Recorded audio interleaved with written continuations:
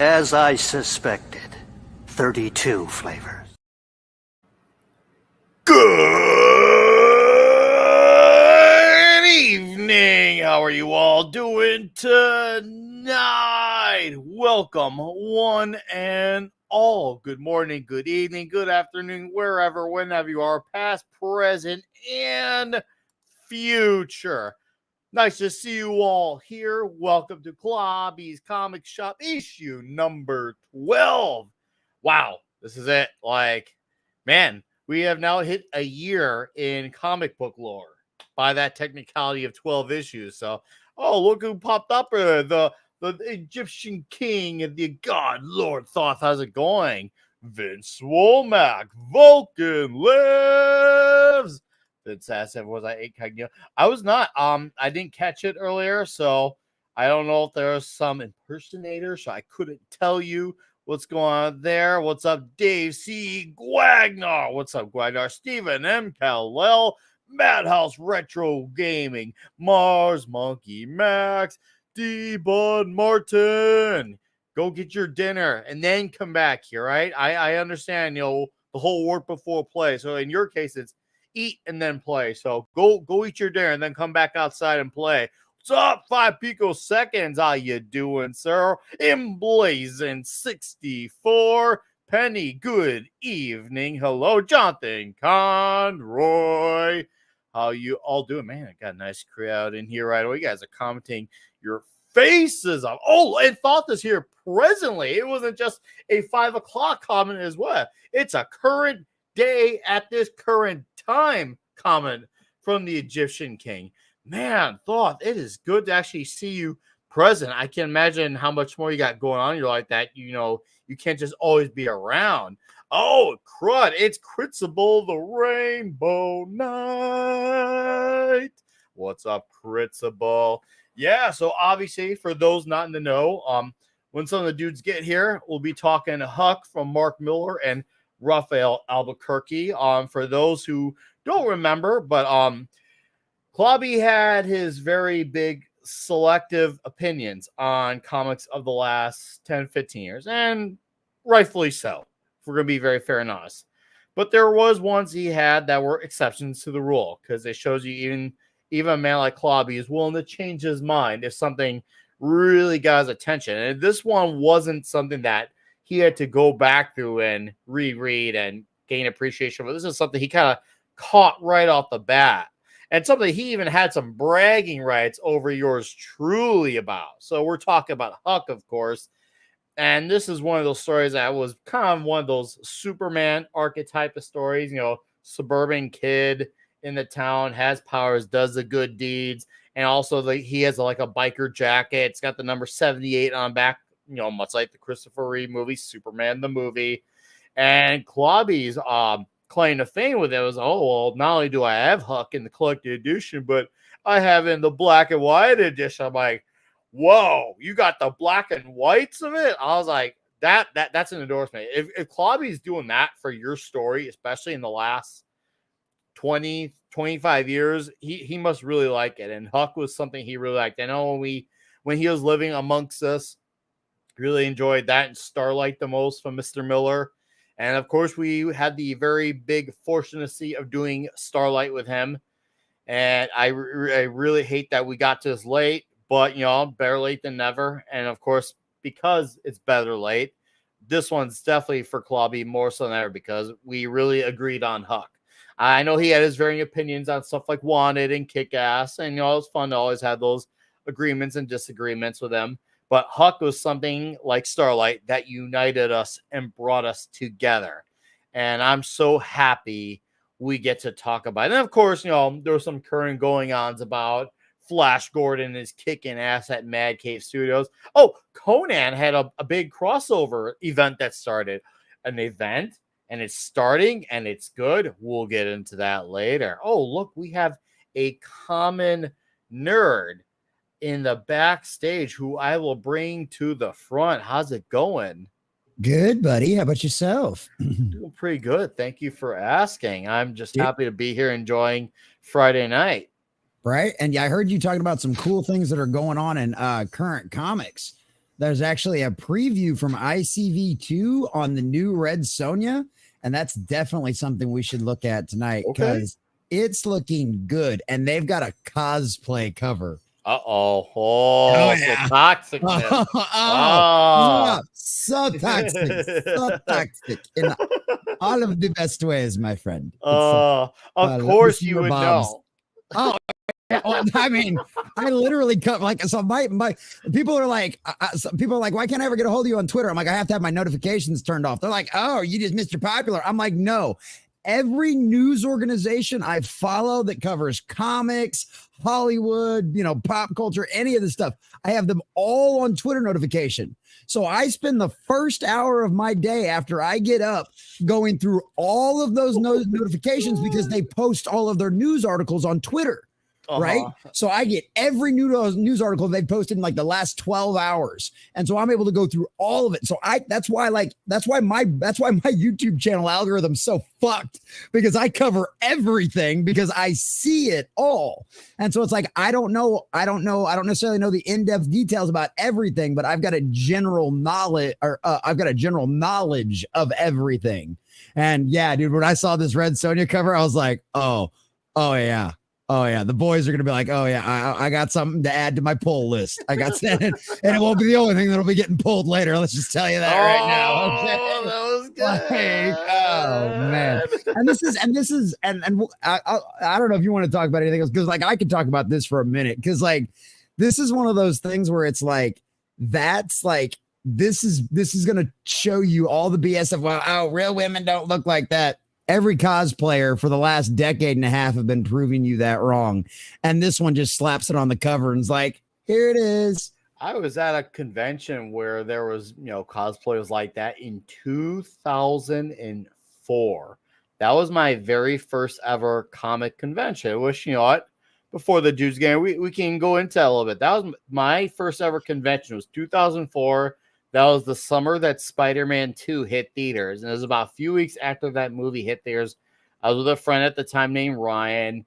It was at the Donald Stevens Convention Center, which is where, in current day, that's where they have the Fan Expo that comes to Chicago. Right, even though it's not technically Chicago, it's considered Rosemont. It's a town right outside Chicago. Basically, you just get off at the O'Hare Airport, get on the train at O'Hare, and take 2 stops, and you're literally at that whole area. So it's actually pretty easy.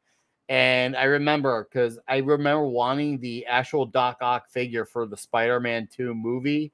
And boy, finding that thing at a Target or a Walmart or a Toys R Us at the time was a real pain. But it was at the con. Oh, yeah. And that was my first time I actually saw cosplayers in real life. I actually had no idea what that whole spiel was about. Like, even though I had a handful of issues of like Wizard magazine and such, I was like, wow, there's a lot of people dressed in these suits and they look really good. And in most cases, better than the movies have come out at that point. Because at that point, 2 Spider-Man movies had come out. We had 2 X-Men movies, 1 Hulk movie, 1 Daredevil, 2 Blade movies. Mm-hmm. So we had a handful. And of course, the Superman and Batman movies. And then of course, if you want to get technical with it, go into the whole non-theatrical release, Captain America on Canon films, Fantastic Four. If we want to acknowledge those or not, we all get. You mean all the things you had to go to cons and like you had to know the secret handshake to ask the guy for the VHS to actually get a copy of those? Yeah. And I was like, whoa. So I was very close on cosplayers, but I learned that day what they were, and I remember that was quite a toxic show too, because there was even. There's some very toxic ladies, and a few of my buds wanted to go meet those ladies. I'm like, that's fine. I'm gonna search for back issues. You go meet those ladies, those models. I'm gonna go look at my comics because that's what I was there for. I was thinking you might have gone through like I thought you might have gone through like a second puberty or something, and you're like, nah, I just went and nerded out. Here's the thing that before let's just say I found my crowd when I was a teenager. Before I found my crowd, and even when I found my crowd, so I guess you could say this was a case of a before, during, and after. I was never one of the guys who ever, and I mean ever, went out and looked for girls. I was if the guys told me that was what they're going to do that night, that was the night I'm like, okay, I'm going to stay home, read my comics, and listen to albums, and maybe throw on like Bloodsport after all of that. I never ever care about that stuff. So anytime, or if I was actually going to go to a party and they're saying, bring girls, like I ain't bringing girls. I'm here to get drunk, or I don't go. That was me. If you want girls, you can go and do that. When I come to get drunk, I do it for the love of getting hammered, smashing my face into a wall. Like when I get drunk, there's passion, there's deliverance in it. No, I didn't care about all that other stuff. All the other guys, and that's fine. But don't drag me into it. So that was where I was at. And that was, but once again, before my crowd, during my crowd, and that was just who I was. And it showed at the convention while all the guys were looking for their ladies. I was just like, where are my books? Where are they? So, where's my books? Find me anyways, by Crom in the chat, Mr. Conan, how's it going, sir? Oh, and we have a Pablo here too. Pablo and Zeps. Howdy ho! Who's the brothers? How you What's doing, up, man? Pablo? Today has been one of those days where I'm basically at the meat of my day because I stayed up editing up till 8 in the morning. Then I went to bed and I woke up really, really late. So, yeah, the day is just starting for me. Was that because of that Midnight's Edge video that came out this morning? Yep. Oh, yeah. I was like, oh, okay. Midnight's Edge has a video out this morning because I was up this morning getting my coffee, getting things going. Well, I guess I'll have to watch that. So, and now, of course, I watched it. That explains a lot. You were working on that until the wee bit of the morning. Yeah, man. Dude. Yeah, the worst part is that because of things that have been happening, I didn't really sleep Wednesday. I didn't really sleep yesterday. And most likely, I won't really sleep today a lot. It's going to be interesting. If I'm hallucinating at the end of this, kind of normal. No, one time I went. I think it was a I got a straight link for week without sleeping, just basically working on playing video games to keep the mind working. At the end, you could tell me that space monkeys were conquering Earth. I would have believed it. Straight up. I was still doing code. I was still developing. Things were working. Everything went smooth. My brain worked for shit. Oh, man. That is great. Were you able to read Huck during the week or at some point during the week or no? Sadly, I'm up to issue 5, and I'm really saying sadly because, goddamn, I'm in love with this book. It's absolutely amazing. Yeah, There's no, it really is good, and you saw where the big twist happened in it all Yeah. too, right? This is Yeah. pure love for OG Superman, for OG superheroes, for the being good, being kind, and being a role model era of superheroes, and I'm loving it so much. Huck Yeah. is perfect. I'm trying to see if Castor's saying anything because I'm trying to wait till Castor is present, but he Oh, hasn't yeah. said anything yet. So, but I was just curious if he got to, because I know you're slammed with your Midnight's Edge schedule. I know that is very, very daunting on you. Albeit you're killing it, man. I mean, you guys did what, 3 or 4 videos this week? I barely even got the time in to do one this week, which that was a freaking miracle in itself. So I'm like, ugh. I'm gonna try very hard to get in another 1 or 2 next week. No, knock on wood. Literally, I would like to get another one, if not 2 next week. So we shall see if the time allows that. But man, I'm just gonna say I'll get it right off the bat, and that way I can buy time for Cass to come in here. Guys, Flash Gordon is great. It's Oh. 2 issues now in. Jeremy Adams is writing it. This is the guy who apparently, I don't read his stuff at DC, but apparently he's their one guy that's killing it. And I know our buddy Andrew from Rippaverse.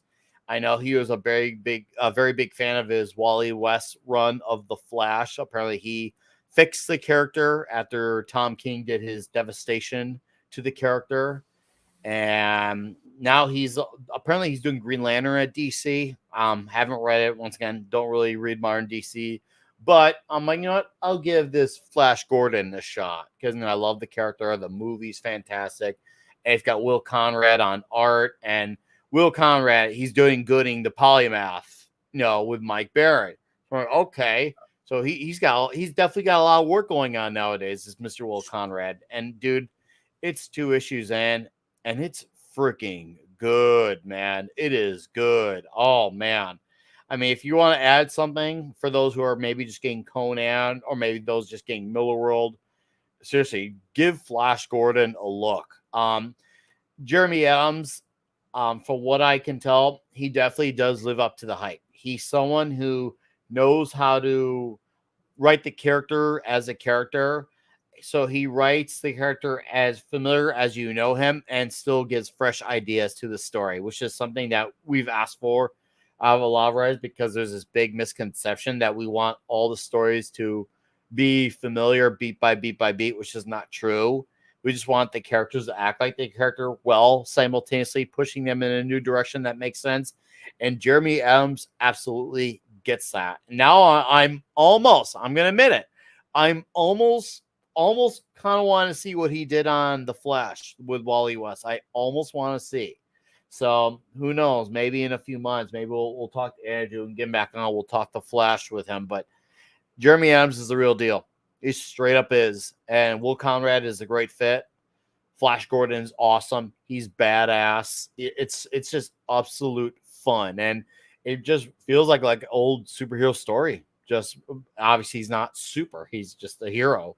So I cannot stress how great Flash Gordon truly is. It's just such a damn good comic, and you all should be reading it. So just saying, let's say I got some comics. Sorry, not comics, comments. Let me acknowledge things. What's up, Flat? This is Fear. How's it going, sir? I see you there. I see Conan, of course. How's it going, Conan by Crom? Hello. See you. Tim Hayes, how you doing? Thanks for dropping in. 5 had a great comment here. I said, Huck Superman meets Forrest Gump. It just worked. And you know what? Yep. It did just. You know what? That really kind of actually nails it. That actually, I mean, say what you will about Tom Hanks, and I definitely have. But, hey, he has had some really great performances, and he's still very fond of guys like Tim Allen and will work with guys like Tim Allen. So I kind of see it the way it's like the John Carpenter or Kurt Russell thing. 2 guys who are very different on different spectrums, but still work very well together and enjoy each other's company in that regard. So I'll give him that in that regard. So yeah, that the Forrest Gump aspect is absolutely nailed here. So you know what? Let's get our drinks going. Why not? Where's my whiskey? Where's my whiskey? Oh, I see it. We're gonna get our salutes now, and we're just gonna dive right into the thick of it all with Doth Huck because I'm anxious. Hey, this is your time. Go get one, 5. Go get one. You got a minute. I found my glass. I got the drink. I drink it all. Give it to me. Why am I singing? Yeah. It doesn't make. We need a karaoke night with Nick. If I were to do a video karaoke, games. I would. Nick just turned into Mary Poppins.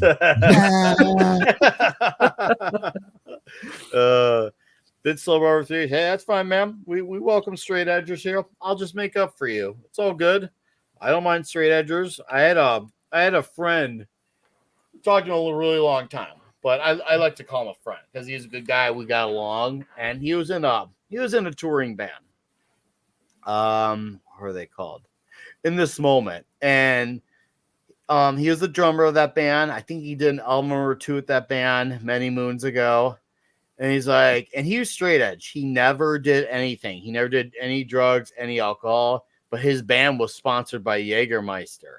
So you can imagine how that, it was like quite the dilemma. I was like, well, you straight edgers can always just give me what you got. I will welcome it. The less you drink, the better it is for me. I'm just saying that's an offer. I'd be glad to take the heavy load off your hands because that's what friends are for, is helping each other out. And, well, life goes on. Man, I have been saying this for a long time. It will be really, really nice if everybody stopped doing drugs on my country. That way the prices go really low and I can buy them. What's up, Ironcaster? It is going, my friends. Happy Friday, everyone. Happy Friday to you, sir. Happy Friday. Glad you could be here. We're just about to do a salute. Yeah, right. Five's like, thanks to Nick rambling, I was able to have enough time to pour my drink. That's what's up. And how you doing, DK Bones? Welcome, sir. So, Caster, I just letting you know I went over Flash Gordon and what everyone should be talking about and reading it. And just saying, it's great. We're gonna do a salute and we're gonna talk about Huck. So, good. Yeah. So, go ahead. Oh no, I didn't get a chance to get to the Flash Gordon stuff yet this week. Okay. I was busy catching up on like Scarlet and Destro and some Conan. It's okay, as long as you know. But look at hold on before you toast. Let's look at that McDonald's.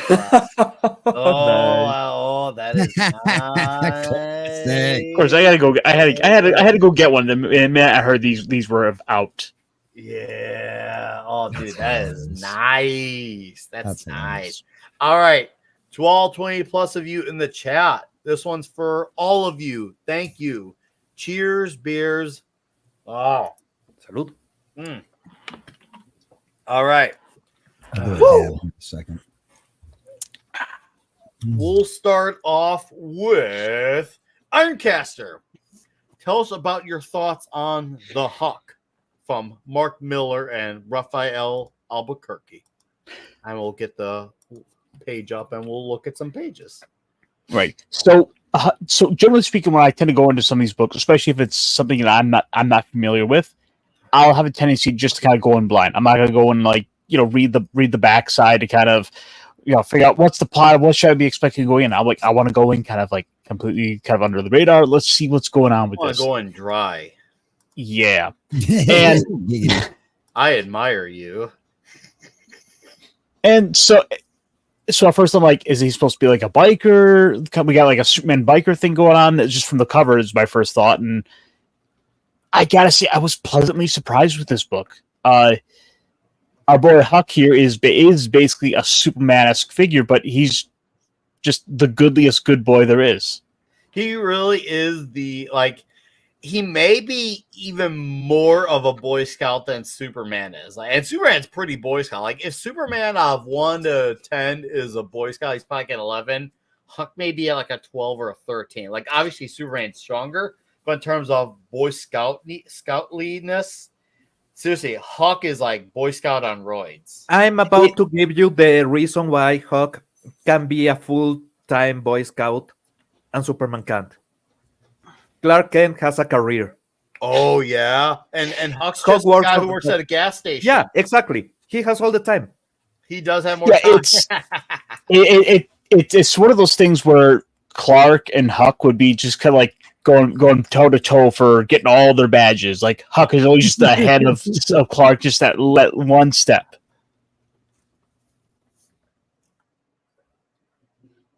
Okay. Very well. Yeah. What I like is the way the colors are in the page of this story, and I noticed that this is one of Mark's story where he kind of actually minimalizes his use of dialogue with his characters. He lets Raphael kind of tell the story more, with his art in this comic, which is kind of not common with most of his stories. So one, shows he's more than one trick up his sleeve. A, B, I think he just saw Raphael's style and realized, okay, I'm just going to let this guy take over. He's the star of the show, and I'll just tell him what to do, and he's going to roll that. And the fact that he could take this, and once again, I love how he gave a few Superman traits. The Boy Scoutness. He also gave him the number 78, which is on his back, which is based off the movie Superman. The movie came out in 1978. He was also adopted. There's that little note that was put at on his little cradle. It said, "No, please love him," which is obviously from his actual mom, his biological mom. And Huck is just raised into a nice, good old suburban home. And you can tell, like, he doesn't look like he's all there, but he still just makes the best of his situation and still do right, even though he gets knacked for looking a little bit slow in the head. Yeah, and so ultimately it's a story of basically what happens when, you know, someone with a mouth like discovers the secret of Huck and kind of starts to tell the world about it when he's had this quaint, quiet little life that finally where he suddenly finds himself getting thrown into the limelight. Oh yeah, he was supposed to be the little town's best kept secret. He is the kid who could get all these things done in a little town where, you know what? Oh, hey, look, I'll do simple things as pick up the garbage for everyone in the morning. Things that basically he does not have to do at all, which most of the time he doesn't, but things even more so like that, because like that stuff, you know, we do at our own homes to take care of our homes. He just does that because that's how much he loves genuinely helping people out. That he'll do little things like that.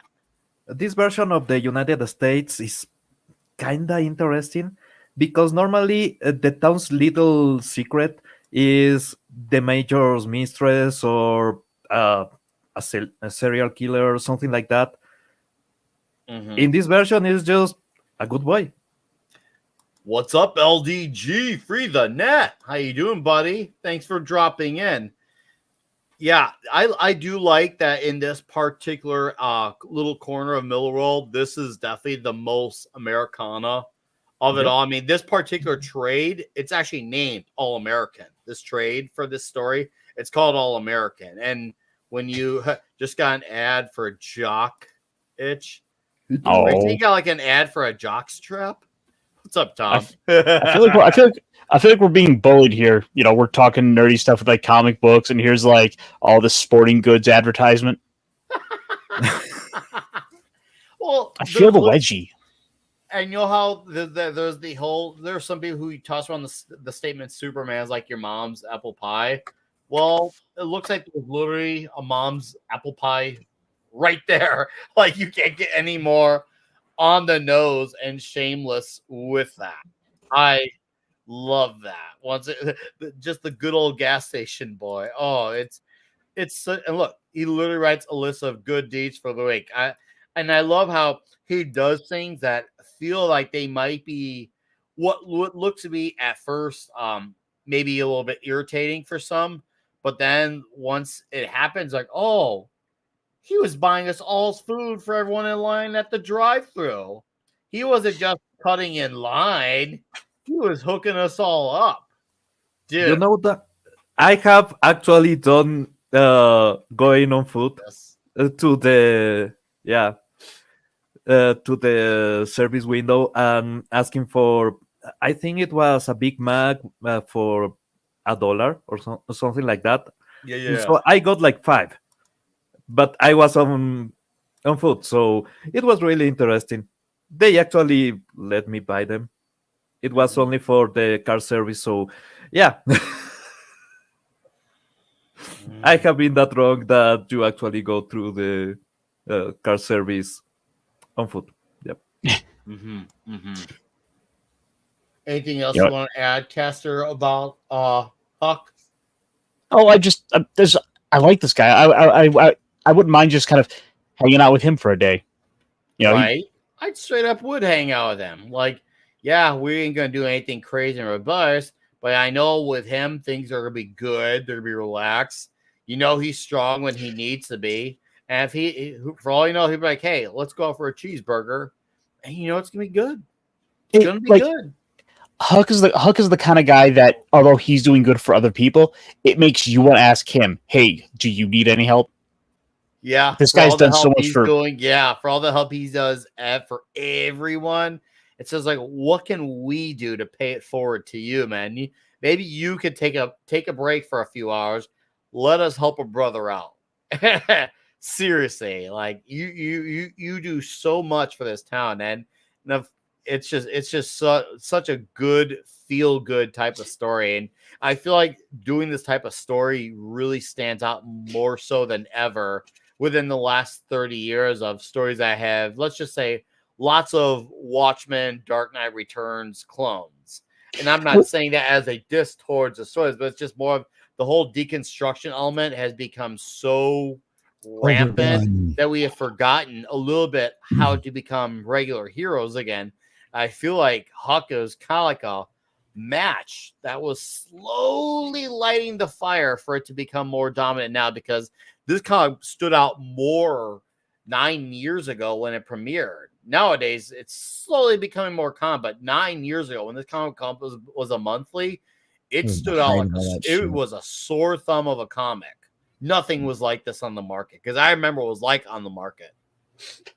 And it also just kind of a final public. I just want to compliment just how great of a character design Huck is. Like as far as the characters depicted, he has this big, massive, broad chin. He has the kind of smile that warms up a room. Yes, yeah. Right there. Yep. Nailed it right there. Yeah. What's up, Synthetic Panels? How you doing? Like Huck looks like the kind of guy who his big idea of a prank is, instead of getting you a regular Coke, he got you a diet. Right? Dude. Oh yeah. That's a good perfect point. That is a perfect description of Huck in a nutshell. That's as far as a prank. That's the meanest prank he'll ever do to you. All right. So I don't want to go into it in case there are people who haven't read it in chat, and I'm trying to convince them too. Let's just say, what did you think of the shift, the twist, whatever you want to call it, where you're like, whoa, this took a turn? All right, so the big plot twist. Then we won't go into too many details here. It's basically the best kept secret in this little town being made more widely knowledgeable, and then the ramifications of that. It's a lot of it seemed like the very logistical and kind of, it seems like they're very straightforward. Like, yeah, no, this totally makes sense for the direction we're going to go with this. Where now that you have this guy who's got all this power in his hands, everyone's going to be trying to go to him, trying to take advantage of that. You're going to have people looking for lost family members, looking for their lost puppies. You're going to have politicians wanting to try to leverage this into helping them carry favor. And I gotta say, like, it seems like no matter what, with Huck, the sort of powers that be or whatever going on, it seems like there's almost a karmic irony to it. Like he's gonna kind of make sure the everything's balanced. Like, yeah, if you try to take advantage of Huck, things aren't going to go the way you think they are. And I really enjoyed that. Okay, awesome. I like how very well paced the story is throughout these 6 issues. It feels very balanced. There's no one part that felt a little overly longer than the other. It felt like everything was really well timed to transition into the next issue. And it felt like the story wrapped up very organically. It didn't feel like it was shorted out. It didn't feel like it overstayed its welcome either. Which, we could see that even happen with stories that we like. We're like, oh, man, this is good. And this could obviously translate into movies and shows where it's like, okay, I really enjoyed this, but this could have maybe had a trimming here or there. This really felt like this was the right time for this comic to end the way that it did. What's up, Dearest and DJ Play Nice? How you dudes doing? And Dearest adds, it makes sense that very country, small southern town will kind of know Huck is doing superhuman stuff. Then just leaves him alone, keeps a secret. Very country. Let it be ideal time. You know what? I agree. There's a town, let's just say that's right by me. That is, I guess you could consider it the country. And yeah, if there's one thing I've learned of people who live in the country, they are very protective of their areas and their communities. I could see them being protective of something like this. I could definitely see them be like, no, this is our thing. We don't need all the tabloids. We don't need the metropolitan city types coming in here to our neck of the woods to care about this thing that could be to their benefit. Yeah, they are, let's just say, as genuine of gatekeepers as it gets. And obviously you could see reason. The adoptive mother is a bit like that.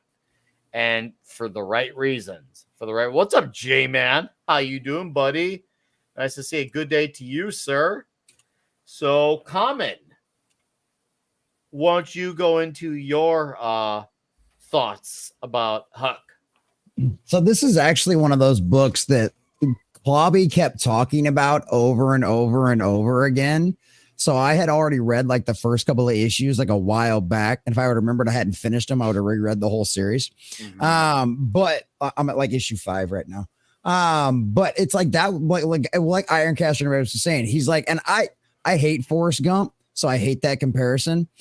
He's just like he's just like the simple, happy warrior, and I love that. Like he's just like, I just want to do good. I just want to help everybody out. I just want to be friendly. Like he's the perfect embodiment of like what you think of Superman is without having him to overthink anything.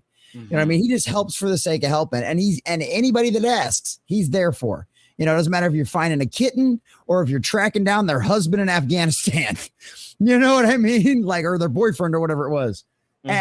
And so it's like that's one of the things I love. I love the simplicity of that. I love how just honest and Fort Worth he is. And like even when like they try to bring him around the big crowds and VH1 wants to talk to him, and he's just like, all right, I was here for the photograph. I was nice. I'm sneaking out. I'm going back home. You know what I mean? And I'm like, I'm like, dude, legit. I get, and especially as a guy that grew up in like the city and in the country, like if a guy like this just straight up always grew up in the country, this is exactly how he would be. He is a good old boy, and you think he's slow because he doesn't talk as fast as you city folk, but he's a whole hell of a lot smarter than what you think he is.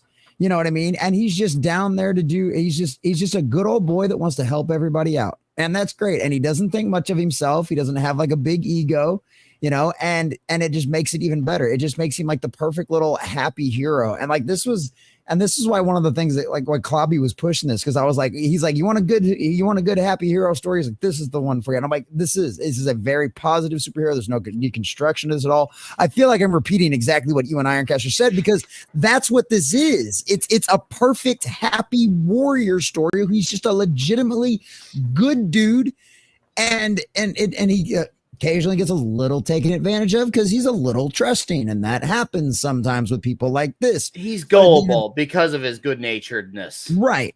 He's just naturally trusting. And shit, anybody that knows people that grew up in the country, there are some folks that like that, especially if you never got out to the city and found out about assholes and shit like that. You know what I mean? Because it's a different type of people that you grow up around. You know, things are a little bit slower. There's only 3 or 4 stop signs in town. You got one corner store. You know what I mean? Like that's just how life goes, and it's neat. And the whole protective aspect, that's why I was nodding my head when you guys were talking about that, because yeah, trust me, small towns know how to keep secrets. You know, there's a reason why a lot of those kind of stories and those kind of movies and stuff where there's like some deep, dark secret are based in like small towns. Okay. That doesn't happen in like the suburbs or like the big city. You know what I mean? Like that's something that small towns and like islands are really good about protecting, that kind of thing. So it's just, it's good. It's got a great twist towards the middle of the story. Yeah, right? dude. Not going to spoil anything. Yeah, don't. It's got a great twist. The art is great. You know, it's not overly complicated. It tells you exactly what you need to show, and especially for something where the kind of like the country kind of feel you're going for. I think this is the kind of art style you want to that. It's got you those kind of colors that if you ever remember seeing like some of the old cowboy paintings from like back in the day and stuff like that, like it's kind of got that aesthetic to it, except just with a slightly different color palette, like those blues and stuff you were talking about at the beginning. But the art style is kind of similar if you've ever seen any of those old cowboy, like country farm paintings and stuff like that. So yeah, I mean, overall, I couldn't recommend it more. It's a great one. It's a positive, feel good story with a happy, just all around good superhero. Cause he's a superhero and he's just a good guy. And that's the other cool part about this. He doesn't have a suit. I mean, he's got his coveralls, you know what I mean? That he likes to make sure he's not pressed and looking nice because he loves them, you know, but like at the same time, it's like, you know, he's not looking for flair. He just wants to help everybody out, man. And it just doesn't get more positive and just like a good all around wonderful hero for that one. So yeah, I think this is great. I think this is good stuff. This was a great recommendation, hands down. Awesome. I want to add in a few things about the Huck comic as well. I know when Mark was doing stories like this, it was at a time where I know he has quite a few kids now. I think he's like 3 or 4. Mark, you can reach out to me if you're listening. You can correct me if I'm wrong. Reach out if I'm wrong. I'm sorry if I miscounted. But was again, I know because he came off stories like Wanted and Kick Ass and The Kingsman, Super Crooks, comics that are very let's just say very violent, very destructive. Great stories for, in my opinion. But however, I know he also wanted to try to like have stories that he felt like he could also show his kids. And then also too, if anyone who follows him in his career know he's been very outspoken for years about his love, his endless passion for Superman. That's his favorite fictional character of all time, Superman. He owns Christopher Reeve's cape from the first Superman movie. Oh, he owns a cape. He owns the cape. I mean, you can't get any bigger bragging rights than that. But he owns the damn cape. He owns the damn cape, and that's, whoo, like I don't know how you get more awesome than that, but he does. He owns the cape. Yeah, Jamie, there you go. Superman's also my favorite fictional kid. Hey, there you go, man. Yeah. So Mark he wanted to not only get into some of the more heroic aspects of the things he likes, but he also wanted to have stories that he could show his kids. So that's why our stories like Huck, Empress, Starlight came into the mix. So he can also he could do his brutal stories, but he can also have stories like this to show his kids, hey, look, this is some of my body of work as well. So, and stories like this where he was planning long into the mix, like before he got to his big event last year with Big Game. So it just goes to show you he's a long game planner, even though he claims to write really slowly. Even if that's true, it's clear that he plans for a long time. So maybe he does have to plan so long because he's so slow. Another thing he does, which is once again another great Superman trope, is the way Huck gives attitude the same way Superman gives attitude. He doesn't really say anything that's really overly insulting, like a Wesley Gibson. He'll just say, like right here, this is one of my favorite panels of this first stage, where he says, take off your glasses. What? Just take off your glasses. Please, sir. A hero is saying please to a villain while he's still making a demand that's still ultimately threatening his presence while he's breaking his gun into pieces. I was like, I love characters where they can have the cleanest of language or lack thereof and still be like, oh, you better listen to this guy. He's not even trying to be insulting, but you still better listen to him. Well, because, characters like Superman, they don't need to say intimidating things to be intimidating or badass. They can say the nicest thing and still be like, oh, I better listen to Superman here. And he does that with Huck here.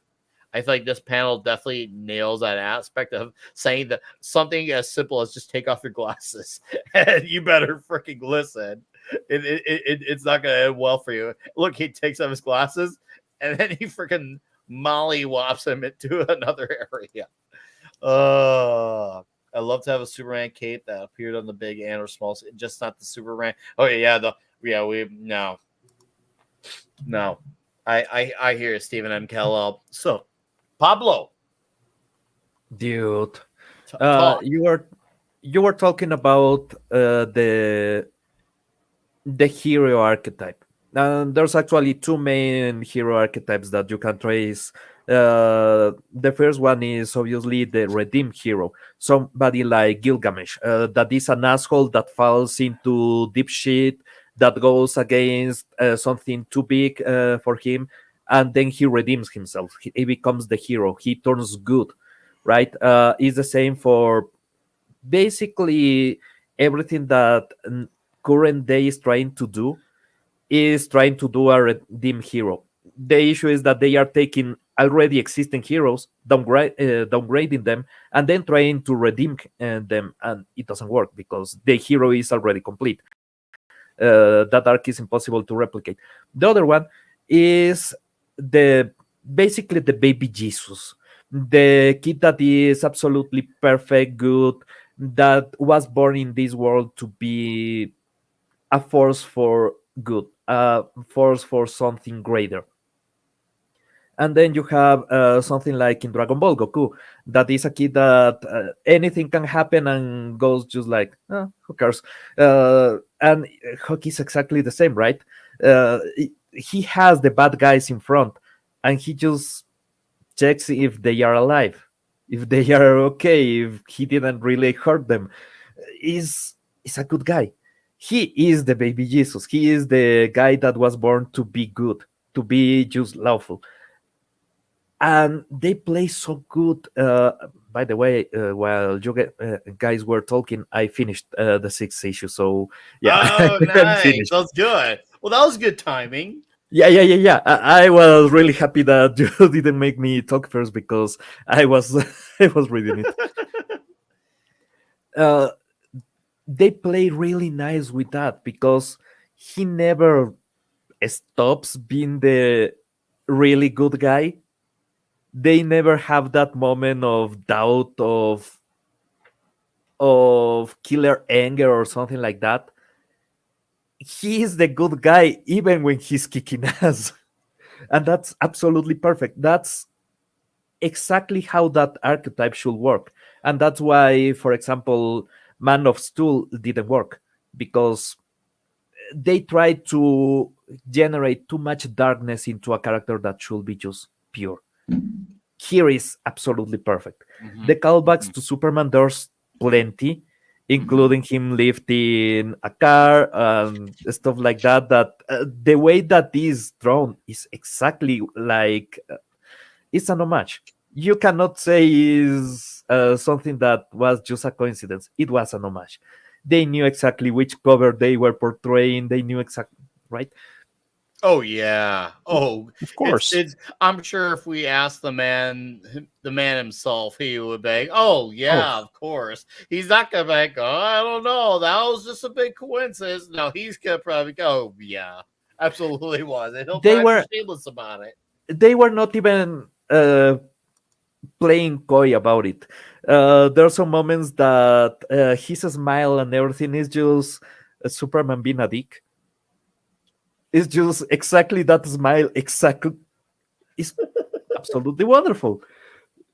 And there's something else. The fact that people see him as slow. I don't see him as slow. I see him as reserved. That is very different as slow, because I agree. he actually takes action really fast. He calculates everything really well. He knows how to do stuff. He knows exactly how to respond. He is not going further in life, as you will see it in our societies, because he is not generating a lot of wealth. He is not trying to escalate. He is just happy with being loved, because that's what his mom wanted for him. That's what the piece of paper said.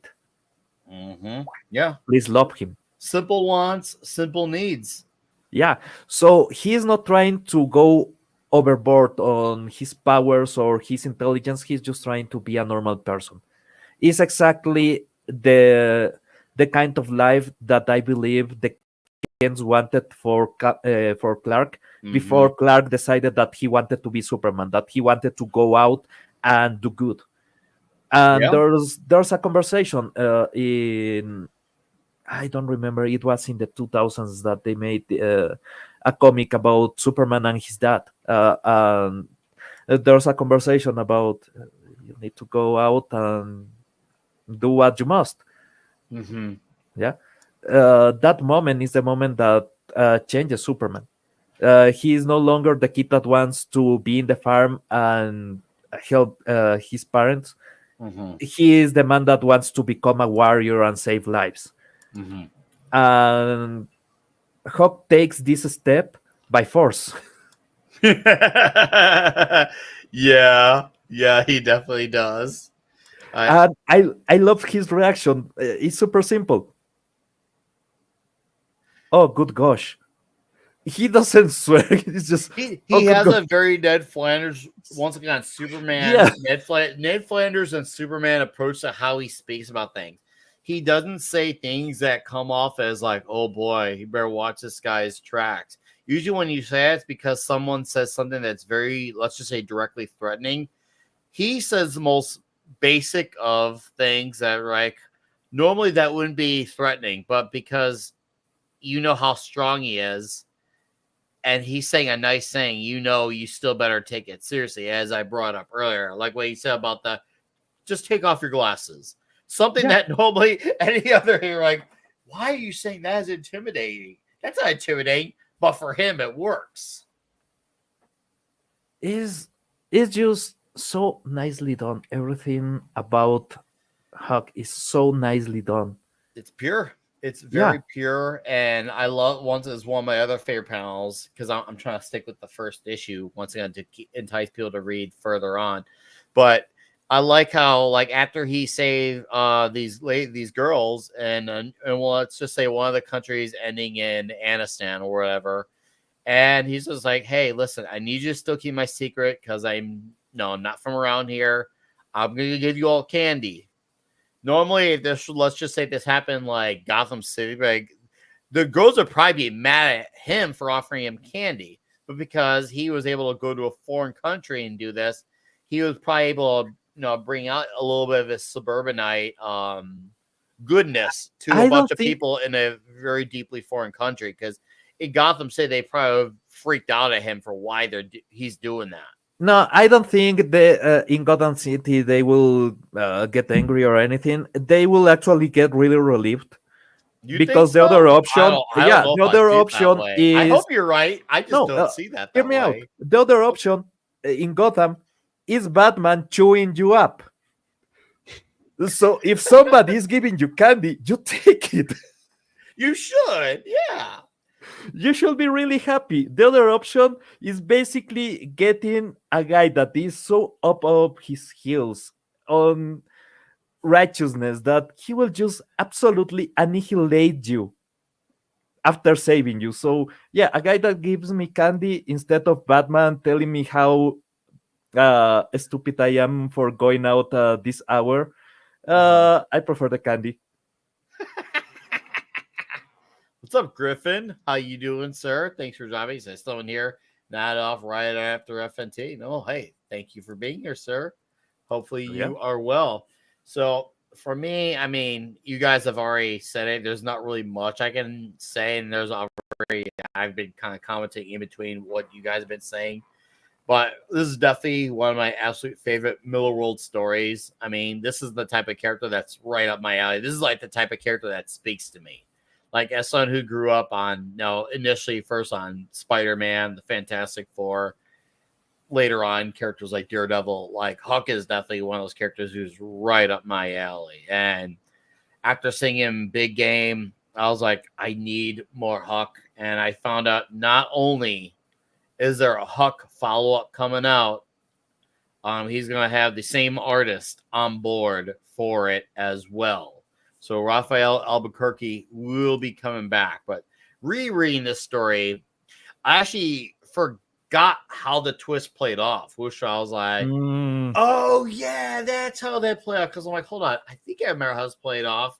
I'm like, oh, hold up. No, it went this way with it. So I was like, I was partially right, but I was wrong about another thing. but I still was able to have fun with that element of surprise. I was like, oh, so that's how that happened. I was like, damn, that's well played. And no, it's definitely connects to, let's just say, his origin and where he comes from, and how the setup is to getting there, and how he handles his action. Even once again, when he's in the heat of things, he's at his absolute most down moment in the entire series. He's still that good-natured boy who still will not do anything to change his personality, his character, because he knows he is who he is to the public now, and he wants to maintain that image. I mean, to him, that's like an organic trait. It's in his DNA to be who he is. So, and on top of it, he has people who he knows back home who love him, and he's not going to let them down just to have that few minutes of anger. So, I absolutely cherish Huck. It had a great antagonist, and I thought the characterization was A+. The tropes are all very, very familiar, but I feel like there's enough ingredients, enough seasoning that was added to the mix. They added enough condiments and seasoning where it made the beef taste a little bit fresh and different this time around. It was like a burger you grew up loving, and this time there's enough ingredients in there to make it seem new and delicious more than ever, while still feeling that like you had that delicious American cheeseburger that you had before. Like, oh, wow, I never knew this sauce or this seasoning would work with it. That's basically what this is. This is an American cheeseburger with the poppy seeded buns, with the good old delicious beef, your typical American cheese. But once again, just some of the other ingredients are different. And you're like, wow, that actually really works with the burger. Let's just say he went from adding maybe 21 seasoning salute. Add some 21 seasoning salute in that mix. Maybe throw in a little bit of like some garlic seasoning. Like, wow, those flavors work on here. That's ultimately what he did. He took, and that shows you once again, you don't have to be 110% original to make an original story. You could take ideas that have been done before, make enough ingredients on its own, and it still comes off like a fresh idea. And I think Five Pico, I know obviously we have a guy on the panel who says he hates the movie, but I absolutely love Forrest Gump. I feel like there was some accuracy to the Superman Forrest Gump thing, because, well, and yes, I know Forrest Gump may be actually kind of slow, and yes, I do agree Huck is not slow. He is definitely more reserved. And you see where he opens up from this story early on to later on. You see who he's skeptical of, who he starts to show. He's also oblivious because of how good-natured he is, that sometimes because he's so kind, there's things he doesn't pick up, and it doesn't make him slow. It's just because he's just so used to not getting that type of treatment. And I'm not talking about positive or negative, because it happens both ways. To him, it's just like it's just a thing that happens in his life. So he doesn't know how to take it. Well, and he's grown up in a place where people weren't deceitful. You know what I mean? They weren't trying to screw each other over. You know, it's that small town goodness that everybody always talks about when they wish to the good old days. There's the reason why parents move their kids the hell out of the city or to a small town, because you can find that. It's not just a pipe dream. It really does actually happen. Oh, it straight up does, man. I mean, now, just to kind of, play off the trope thing, you look over to anime, for example, anime manga, and you have so many isekais that use the same kind of core idea and a lot of the same similar elements, and people eat it up like it's like candy because they want these types of stories. And so ultimately, Huck is giving us a Superman-esque story in a time in which we can't get a proper Superman. Straight up. Oh, man, straight up. Yeah, and because we have it, it's like we have a really great substitute. Before we continue on, thank you, Madhouse Retro, for being here, sir. Go lay down, sir. Have a great night. Have a great weekend. We appreciate your time here, so thank you for being here for the first hour of the show. And what's up, Nick the Greek? How you doing? So, yeah, Huck is something that fills a gap, and I'm glad we're going to get more. I'm glad we're going to get more of this character. I'm curious to see how the story is going to continue, especially since it does end well. It actually does end well. And I'm like, ooh, where's this gonna go? Especially since let's just say one of the not so nice characters in the story. Let's just say, when you talk to people who you feel like are under you, you may end up, being under them in the position you accuse them of being sooner than you realize. And I thought that was a nice twist on how things played out for the main antagonist. I was like, oh, that is smartly played. Because it's the ending's great. Yeah, the ending is great. It's like, oh yeah, you're gonna talk down to me because you're the big honcho. Well, you might be under me sooner than you realize. And you see what happens when he gets to that point. It's really smartly told, like, wow, haha, karma. I really wasn't sure how they were gonna go with that. Like, I really wasn't sure how they were gonna go with that. And the way they did that, I was like, that's perfect. It really like is. That It's works. That works so freaking well. Like, yeah, like that just, yeah, like you said, it's a happy ending all the way around, man. It's great. It's so good. It make you feel all warm and fuzzy on the inside. It really is. It's definitely something like, because I got my kids starting to get curious now about like some of the comics on my shelf, and this will definitely be one of the first ones I let them read. This is going to be one of those ones. I'll probably know Huck, One Piece. Those will be probably like some of the first things that I'll have them take a look at. Like, hey, get a load of these stories. Look at this and go from there. So, but this definitely feels like a great, strong gateway story into true, once again, suburban, wholesome, good-natured, heroism-based storytelling. It really is a cherished story in Mars Monkey. And what's up, Gaston? Release McCracken. A nice crowd in here tonight. Thank you guys for all being here. I am in love with the fact that you all are here. We got a huge crowd here. That's what it's all about. Guys, do we have anything else we want to add to stories? Any hopefuls out of this? Any so they are anything? So did I hear you correctly earlier? They are planning on continuing this series. Mark is not only going to do another Huck series, he's going to have the same artist involved. Okay. Yeah, that's what I thought. That I'm excited for, because that's the way this ends. You can go anywhere with this.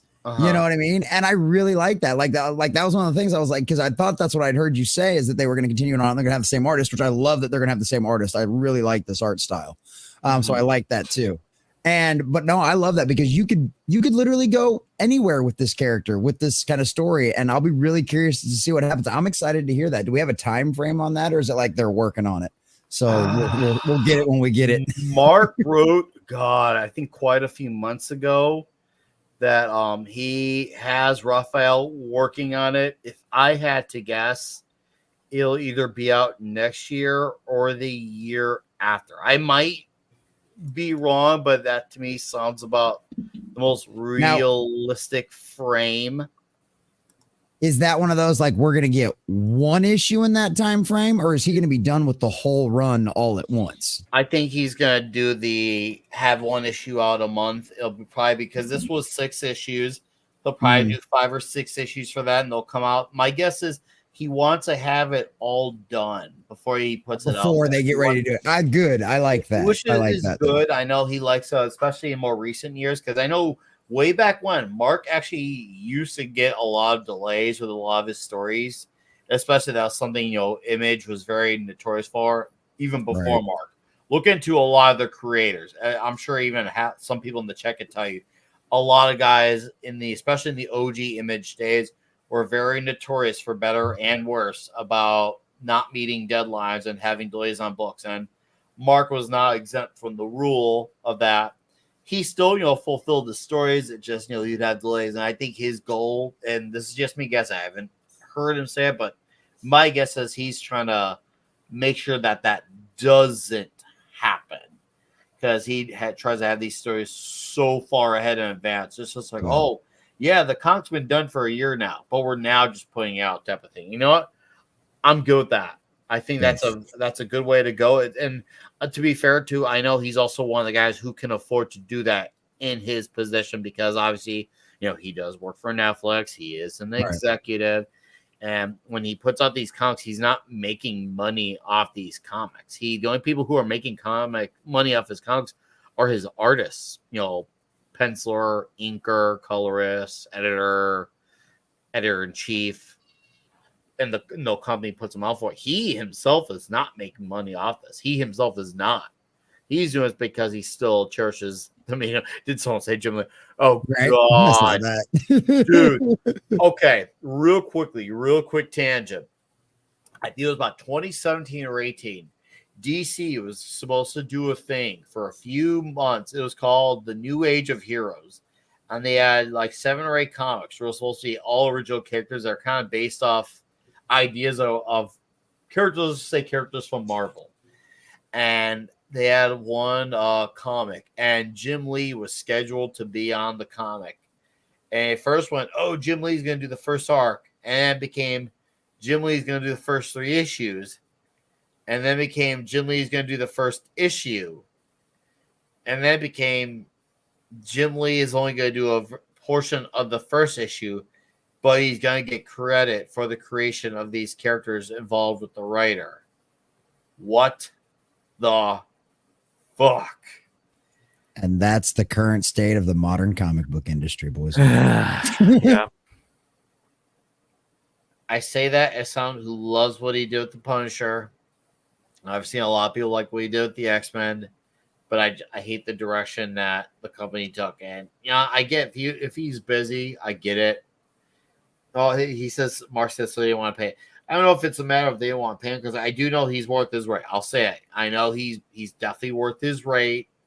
I know he's talented. He still got it. I just don't know if he has it. He had it in him to fulfill deadlines anymore. If you don't, that's fine. Then just don't do it. I don't know how the goal kept changing with that New Age of Heroes book. And that book hasn't been touched upon since. So, and that's unfortunate, because that was something originally I was looking forward to reading at the time. But it is what it is. But it was just one of those, like, really.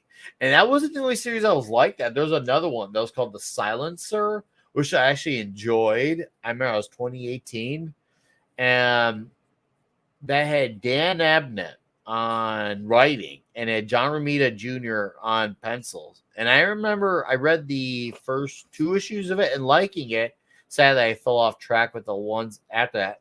And I remember people telling me that they liked it who were reading it, but they said the one thing that drove them crazy is that Romita only did the first 3 issues and never came back for the rest of that series.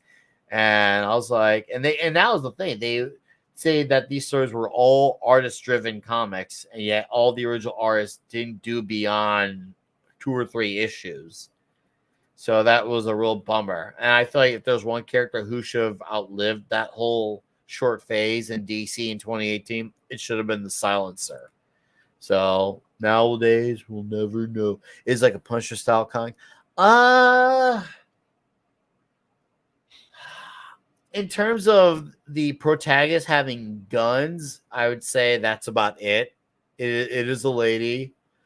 She actually had a family, and she had a stealthy way of killing her enemies, and it was good. It actually was fun and it was entertaining. I enjoyed it, and I think even Ripa back then, when he was doing new comic reviews back in those days, when a lot of channels were, definitely a lot more apparent about, going after what was going on in modern comics. 2020 He was one of the guys who was championing the Silencer, which I was as well. I thought the Silencer was cool, but that was, there was just once again one of those comics that didn't make past 5 that I ever remember Ranch. I didn't read it. I knew Jim was on it, but I didn't even buy it. Superman and the Collar. It was just, to me, that was just the biggest no. Don't you ever freaking do this. Just stop.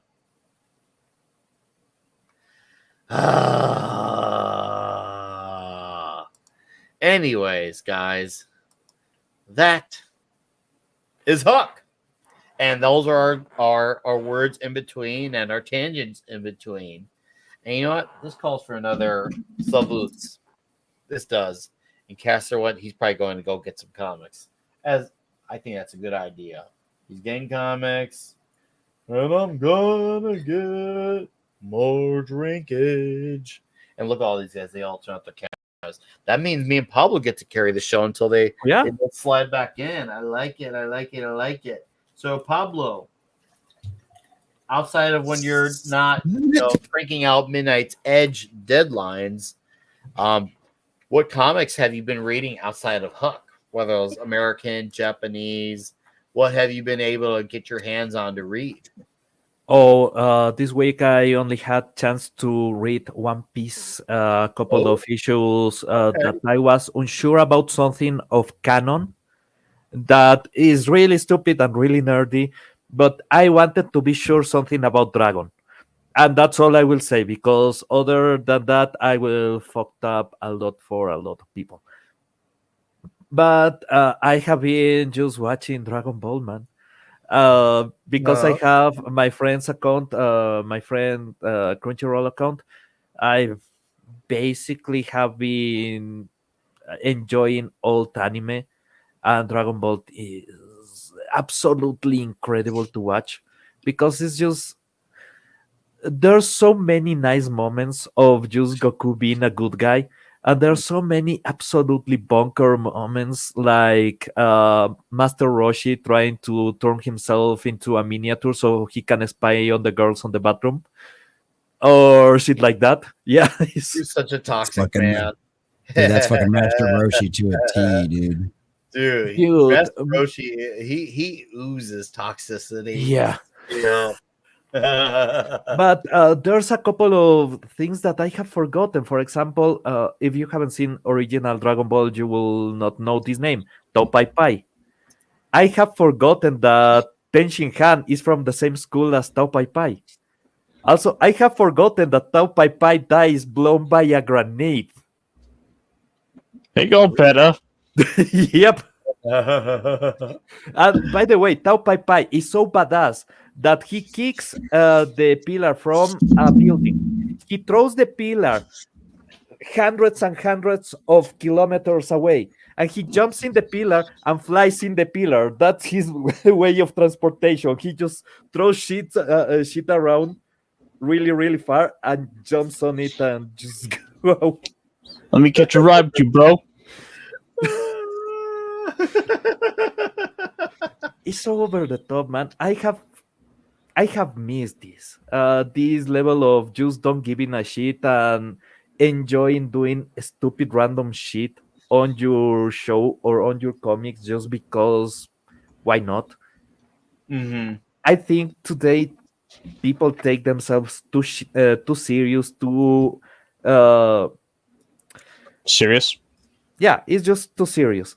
And here you have on the second Budokai tournament, there's Manwolf, no Wolfman, Manwolf, and it's a guy that he transforms into a man when he sees the moon. So normally he's a wolf, and he sees the moon and he transforms into a man, and he's really mad at Muten Roshi because Muten Roshi blew the moon, so he can no longer turn into a guy, so he can no longer pick up girls, and that's all his arc. He's just angry because he wants to go chase babes, but he cannot turn into a man.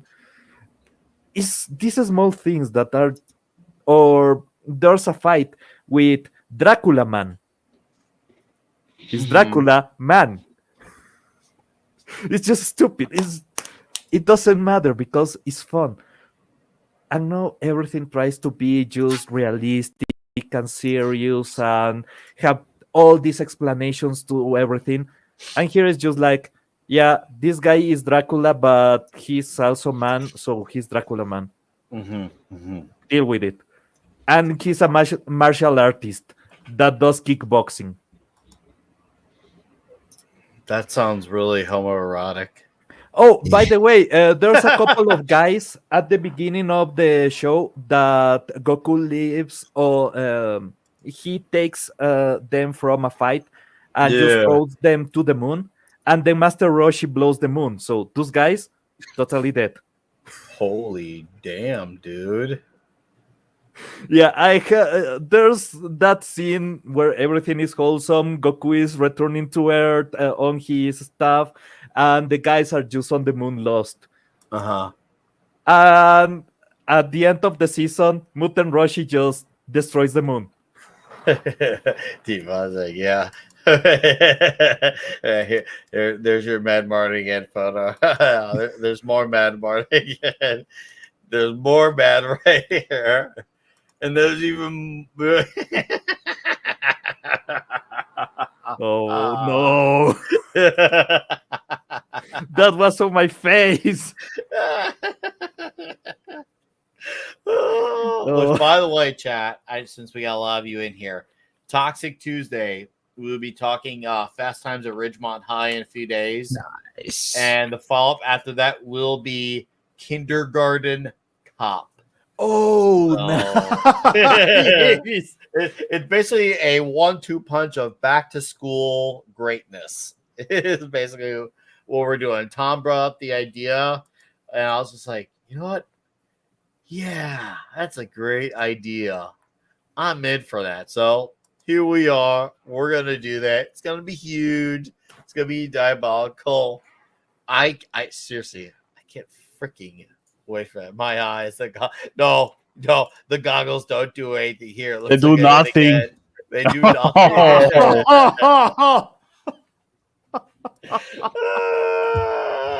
I'm so glad I have other screens to look at. Positioning, goddammit. It would be I've got a palate cleanser after that if you want something. If you want a palette cleanser, there's a girl on Twitter. She's actually an adult video actress from Japan. Okay. Nagasawa Marina.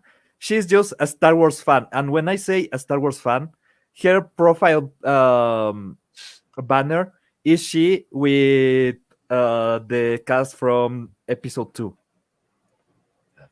She loves Star Wars. She absolutely adores Star Wars. That's how I got into her, right? Mm-hmm. Then I found out she's just a Japanese video actress. That makes it better. But yeah, if you want a really nerdy girl and a palette cleanser, there you go. Good night, Penny. Good Penny. So, Caster, Yes, sir. did you read Battle of the Black Stone? I did. Dude, it's a great start. Yeah. So for anyone who's unaware, we're talking about the new Conan book, the Conan Battle for the Black. This is the Conan event comic that is the first, I guess you could say, ensemble cast under the Curtain Titan Comics line of comics. Conan the Barbarian from Jim Zub has been going on now for 14 issues, and they have been building towards this story in that comic. And this is the first comic where you get to see a lot of other Robert E. Howard characters get involved. And there's some that I've never even, not only never read, some I've never even heard of until I did my homework. I'm like, okay, I need to know more about this. Yeah, I got that original cover, and I got this variant cover. This was, Chris Mead. Long time no see. What's up, Mr. Nick? About to go work, but want to say hey, hello to you, sir. Thanks for dropping in. I appreciate it. But Battle of the Blackstone. So I had mentioned on this whole thing here for the last several weeks, we knew we were going to get Conan, Dark Agnes, Solomon Kane. We got far more than just that. We got El Borak, who's from Texas, a gunslinger from Texas. We also got, my brain just blanked out. Fuck it. Well, I'm just gonna look at the page here. We got a few detectives. One of the names is John Kirawan. I was like, whoa. Robert E. Howard did detectives. And then John Conrad. And also, there's some of this that takes place in Chicago. And Chicago looks great. This artist, Jonas Scharf, by the way, is really damn good. And before we continue out of that, Brett Cohen with Australian. Is that Australian $10. How you doing, Brett? Cheers to you, sir. Thank you. Thank you for that. Australian 10 says Skull, Clobby. You know what? I think Amon Amarth and of course Stone Loki, you would say it. Skull. Skull. Skull. Thank you, Brett. Hopefully you have a good Friday night and I'm gonna start reading Zatanna soon. But anyways, Battle of Blackstone, Dark Agnes, El Borak, Solomon Kane, and we got these two detectives, and these are all Howard creations. So this is like, I guess, could you call it this year's big game, if you will? What did you think, Caster? So this is kind of taking advantage of a lot of elements that have been set up so far under the Titan banner with the Conan licensed Conan characters, because we've seen these Blackstones kind of brought in and used before. We've seen, Conan do a little bit of time travel again, go back to the days of Cull of Atlantis under the effects of this. Tulsa Doom has been brought in because of it, and so it seems like it was an inevitable next step. Like, all right, cool, so we can go experience some of the other characters, which then kind of beckons which is going to be fascinating to see all these characters, all these different personalities, kind of being brought together, and. I gotta say, all in all, I'm on board for it. I want to see where we're going to go with this because we've seen some fantastical stories thus far with it. Did you catch on the bottom of the page at the issue the cover for Battle of the Blackstone #2? I'll get the cover up for you. I will get it out for you. Because when I saw what the cover was, I was like, okay, I know it's going to happen to a point, but I still can't wait to see this happen anyways. Conan and Solomon Kane. We know they're going to go at it. They're probably going to bicker. They're probably going to become friends after because they're going to realize they have a common goal. But just seeing that we know that these two are going to go head to head. It's kind of like a Hulk and Thor. Spider-Man and Daredevil, you know they're going to become friends. You know that outcome, that part of it as far as the outcome. But you still can't wait to see it happen anyway because you got Conan, who is the barbarian, and Solomon Kane, who's a Puritan, who's still badass, even though he's a Puritan. Oh, yeah. And he's very faith-driven, very biblical in his nature. Yep. And I would not mess with Solomon Kane. And these are two dudes you don't want to be on either of their bad sides. But what happens when these two are on each other's bad side? How do you handle that? And we've only seen one guy really give Conan a run for his money in the last year, and that was Cull. If any other man could probably do it, I think we're looking at the guy. I think we're looking at the other guy who probably could be like, I don't know if I can finish the barbarian, but I could definitely give him a fight. He's not going to forget. Yeah, Conan. Okay, I will say something that may be controversial. I think Conan can win. Okay. He is more experienced in that kind of terrain, on being brutal. Is a different kind of fight. Solomon Kane, he's strong, but it will definitely. Yeah. He's definitely has some hardships. Even if he does win, let's just say he does. It's definitely not going to be a piece of cake for Conan. This is not a piece of cake fight for him. Solomon Kane can dish out some serious violence. He really can. So we're gonna get 5 issues of this series, and I'm hoping we get to a point, maybe some of these characters come out of the series. Some of them will either get a mini series, if not an ongoing series, one or the other, coming out of the story. I'm really hoping, whether it's Solomon Kane. I did like what I was seeing out of El Borak between Savage Sword and here. I am definitely curious about El Borak. So that's definitely a character I'd like to know more about. But man, I think a fire would be lit if we definitely had a Solomon Kane ongoing. I mean, whoo. Yeah, there you go, Cynthia. Yeah, all right, good. He it looks like he read it. Hell yeah. Yeah, King does have a gun. Yeah, that's the thing. Yep. See, Conan can handle guns. He can handle the staff.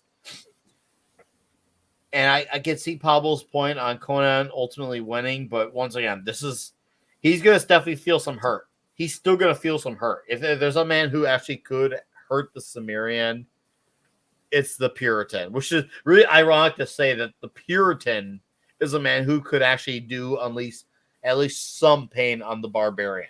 Usually that type of statement is a contradictory, doesn't make sense type of statement, but this is the exception to the rule.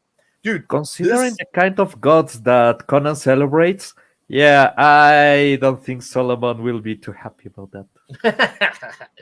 Alborak has always intrigued me. Give me reading stuff soon, especially that Robert E. Howard Foundation has early adventures up to it. Dude, yeah, it definitely between this and Savage Sword last week, I now want to know more about Alborak. I am officially sold on this character. Like, I am sold on this guy. He seems like a really cool character. Vulcan, so he's got to head out early. Excellent show. And I hope you have a better weekend, sir. Thank you for being here. Thank you for supporting as always. All right. Take care of yourself, man. Cheers and beers. Did any of you guys, were you able to catch Battle of the Black Stone, Pablo or Common, or no? Okay. No worries if you haven't, but you should. Make this be motivation because this is a crossover series I want us to talk about monthly.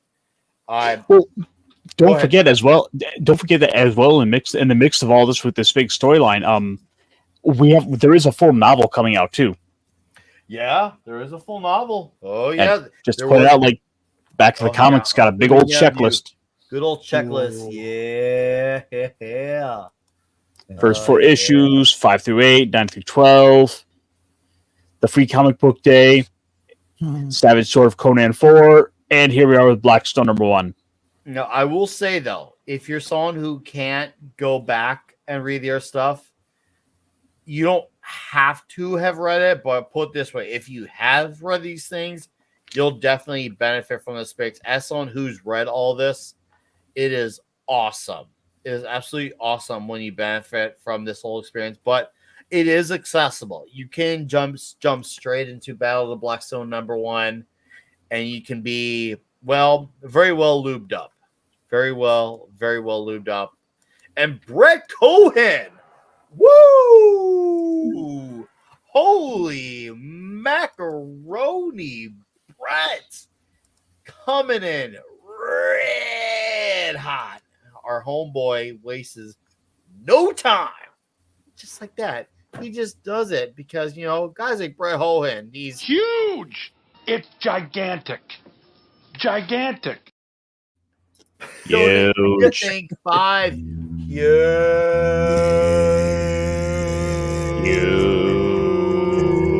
membership. Thank you, Brett. Looks like Brett himself benefited from it, along with Mars Monkey, Dearest, and Blazing, and of course the Commodore Gaming channel did too. How about that? Hell yeah. Thank you, Brett. Seriously. I gotta say, Caster, I really enjoyed Jonas Sharf's art on this. I really thought he was a good fit for this story. I was like, this guy really works for the story. I like this. Between what we get with De La Torre, Doug Braithwaite, I really like this guy's art. I'm like, this guy is really good. I'm hoping if there's an arc that De La Torre can't do in the main Conan book, I'm hoping that this guy will be able to be one of those fill-in arcs because I think he'd be a really great fill-in. So I want to see more of the Wanderers Club. That's the thing for the very beginning of the book that kind of intrigues me because it's basically just this little meetup place for all these rough about type of individuals. Like you could totally see a guy like Teddy Roosevelt would be in this club. Yeah, I mean he was a Rough Rider, but this is basically for all your suave, sophisticated types who go around the world and go on these grand hunts and adventures because it's there. Even though it's only a few panels, I gotta give it up to Jonas Sharf. I mean, I look at these pages, I'm like, that's Chicago right there. Like, I'm going for this camera right there. Like, that's old time Chicago.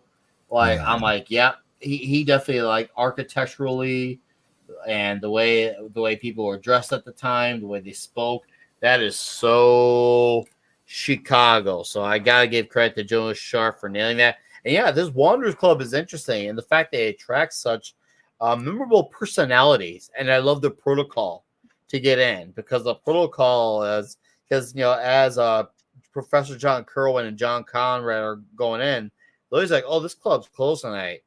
And then John Kerwin is like, and yet a door is always open. And she's like, oh, okay, good.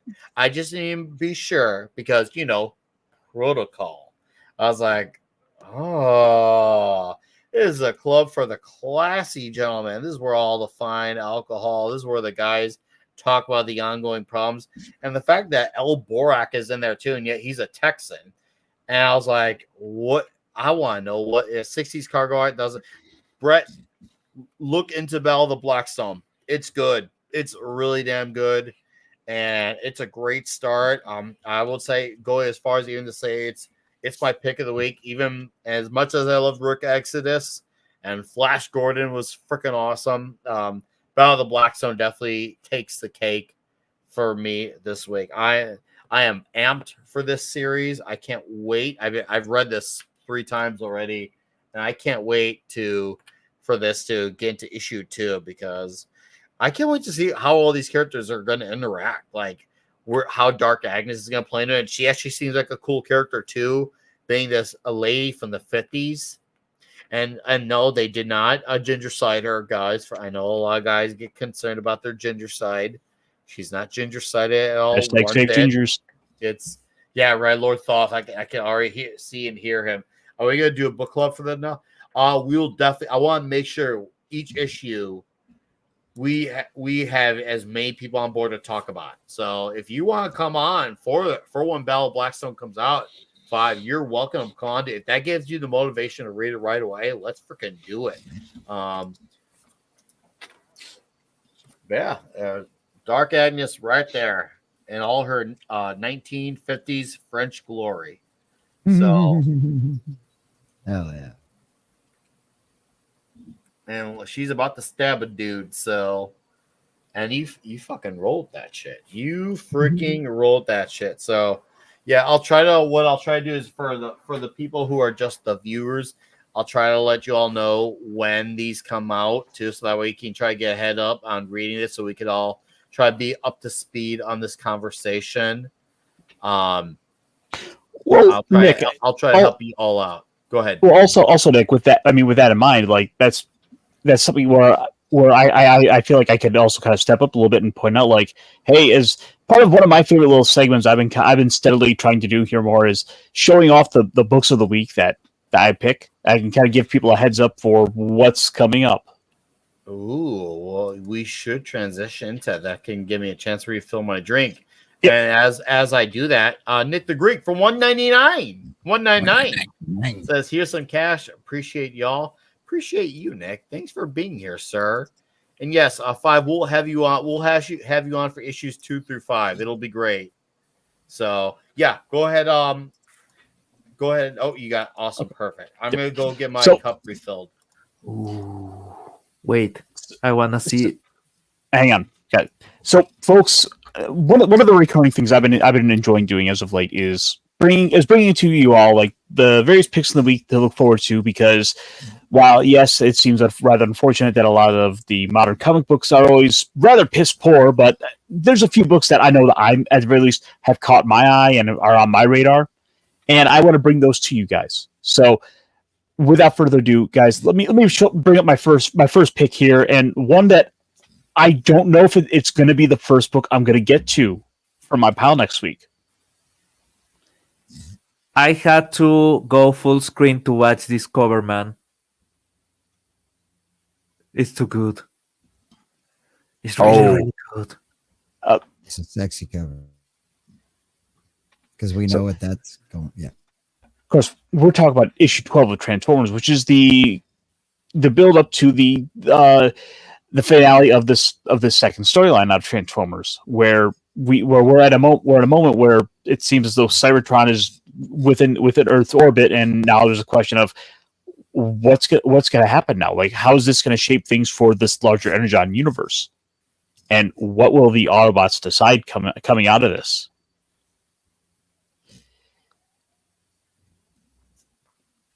I'm mesmerized. Sorry, I'm absolutely mesmerized. And of course, let's take a moment to appreciate some of these variant covers. Oh, wait. How was this anime? This reminds me of something. That's dope. Well, this was part of this. This is leading into some of like the like. Oh God, yeah, you're right. When they would do some, I think like from the opening itself. Yeah. Yeah, there's some of like the old cartoon vibes with just like updated animation, a little more of a 3D vibe. Yeah. We know The these guys are squares on the fans. background will move and everything, and you will have just this Yep. small transition that makes you feel like it's 3D, but it's not 3D. Yeah, I don't know exactly where, but this reminds me of something, and it's something that I have seen a lot. Good little Voltron. attention to detail there is, of course, Voltron. we have Optimus with that silver arm. Yep. Oh yeah, I cannot wait for this. This is the conclusion of the second arc. I can't wait for this caster. I am highly anticipating Transformers number 12. That first cover is Kirby-esque. Yeah, say Griffin knows. Griffin knows. Dude, that's sick. Yeah. Just the amount of detail. This is like this has got to be like a CG Blender rendition. Yep. Oh, that is nice. Yeah, that is a nice cover. Yeah, it looks like everyone's in agreement that this looks great. Yeah. Ooh, who did Mel Milton? Okay. Yeah, these are some sweet covers. They really are. That Optimus cover is pretty badass. Just saying. It's pretty badass.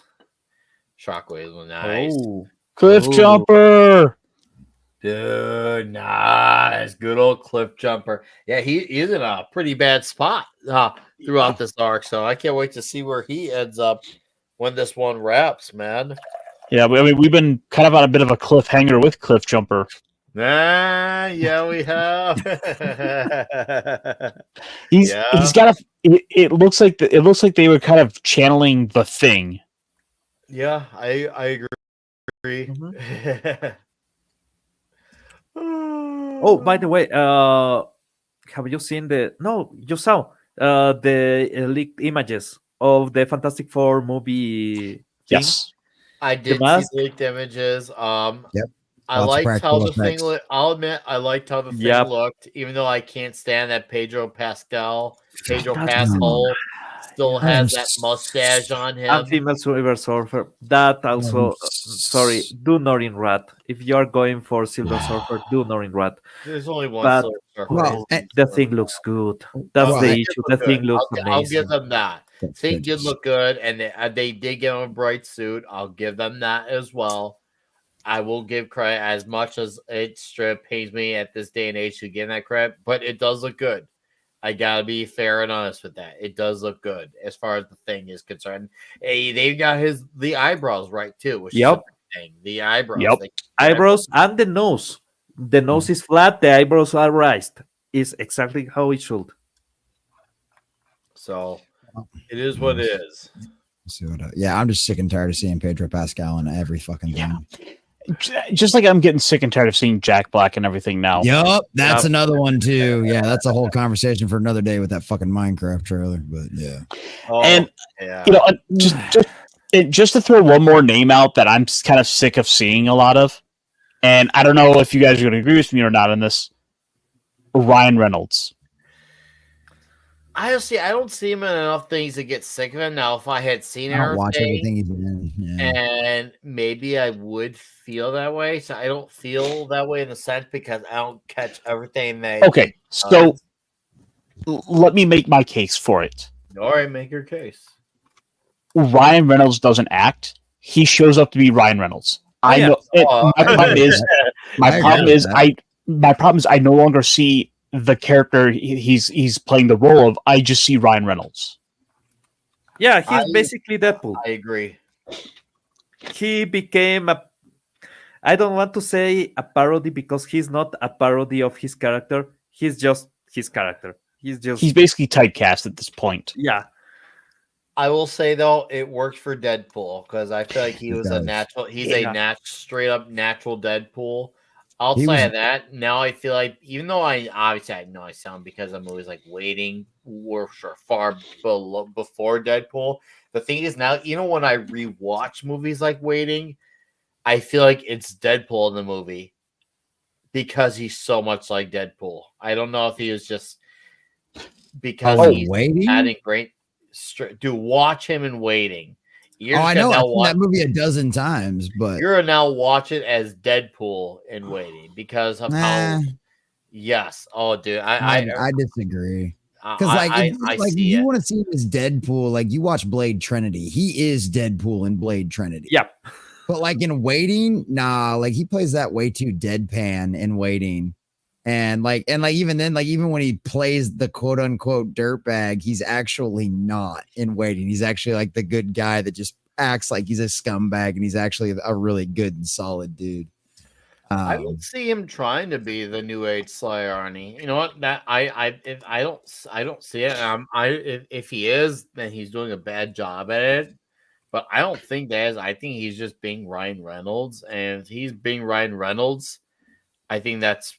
Well, I don't want to say that that's great, but it's more preferable than him trying to be Sly or Arnie because we could have had guys like that, but we lost Brandon Lee a long time ago. Yeah, I think that was the first step towards killing the action heroes. That's my conspiracy that not Ryan, but Brandon Lee's death caused that spiral. But that's a conversation for another day. There's something about Ryan Reynolds and in general what is going on right now on this, and is nobody tries to be like Nicolas Cage. Nicolas Cage is Nicolas Cage on every single movie, but he exaggerates one part of Nicolas Cage. So he exaggerates his posture or his face movements or his voice, accent, something. He's still Nicolas Cage, but he's over the top Nicolas Cage in one direction, and that's how it works. How he maintains freshness on his characters. Because Pablo, you see, it's an acting style he calls neuro shamanism. Yeah. I'm Nicolas Cage. His best attempt of doing something incredible is on Vampire's Kiss. His whole thing was how big I can open my eyes. During the whole movie, he's trying to make Cage is always Nicolas Cage, but I'm always entertained by it. Exactly, because that's the thing with Nicolas Cage. You never know quite know what portrayal, what performance you're going to get out of him. He has a bit more range. Yeah, like where's Tom Connors when we need him to do his Nicolas Cage? His Nicolas Cage has straight up murdered me on stream many times. Like seriously, he's Ghost Rider. Because especially when he does John Madden, Tom Connors being Nicolas Cage, being John Madden. Wow. Trust me when I say, if you guys weren't there during that Mead stream where he did that whole John Madden inspirational speech as Nicolas Cage, it was one for the ages. It's seriously like, I'm still gonna bug Tom about how he needs to turn that into a separate video. I don't care which channel, just put it on a channel because that thing was lightning in a bottle. But I think we should get back up to talking about. Anyway, so I did notice a couple of people asking in the chat like who this was, and for anyone who doesn't realize it, this is supposed to be Astro Train in the background. by the way. Astro. Do we have any? Oh, Oh, that's Ah. nice. Sick. You're about to get blasted, homeboy. That's not gonna yeah. His own Optimus about to do him dirty. Yeah. You're not getting out of this one, homeboy. I heard you talking mad shit, Cliff Jumper. Let me show you what Energon really means, boy. That was a dark place. I'm Optimus Goddamn Prime. I know you're gonna think I'm gonna blame the Megatron's hand that did it. Wait, then he's. Have you guys played Metal Gear? Oh yeah. Not in a long time, but yes, I He's- love that first Metal. That was just called Metal Gear. Big fan. Then I will spoil a bit. On Metal Gear Solid, Liquid Snake dies, right? But his arm is transplanted into Ocelot, and Ocelot becomes Liquid Ocelot. That is basically a guy that has the personality of the other guy through his hand. Yeah, the hand just basically gives him the personality and the mind of the other guy. So yeah, it will be really fun if Optimus starts to become a bit Megatron-y. I can see it. Megatron, And it's just his it's just his hand.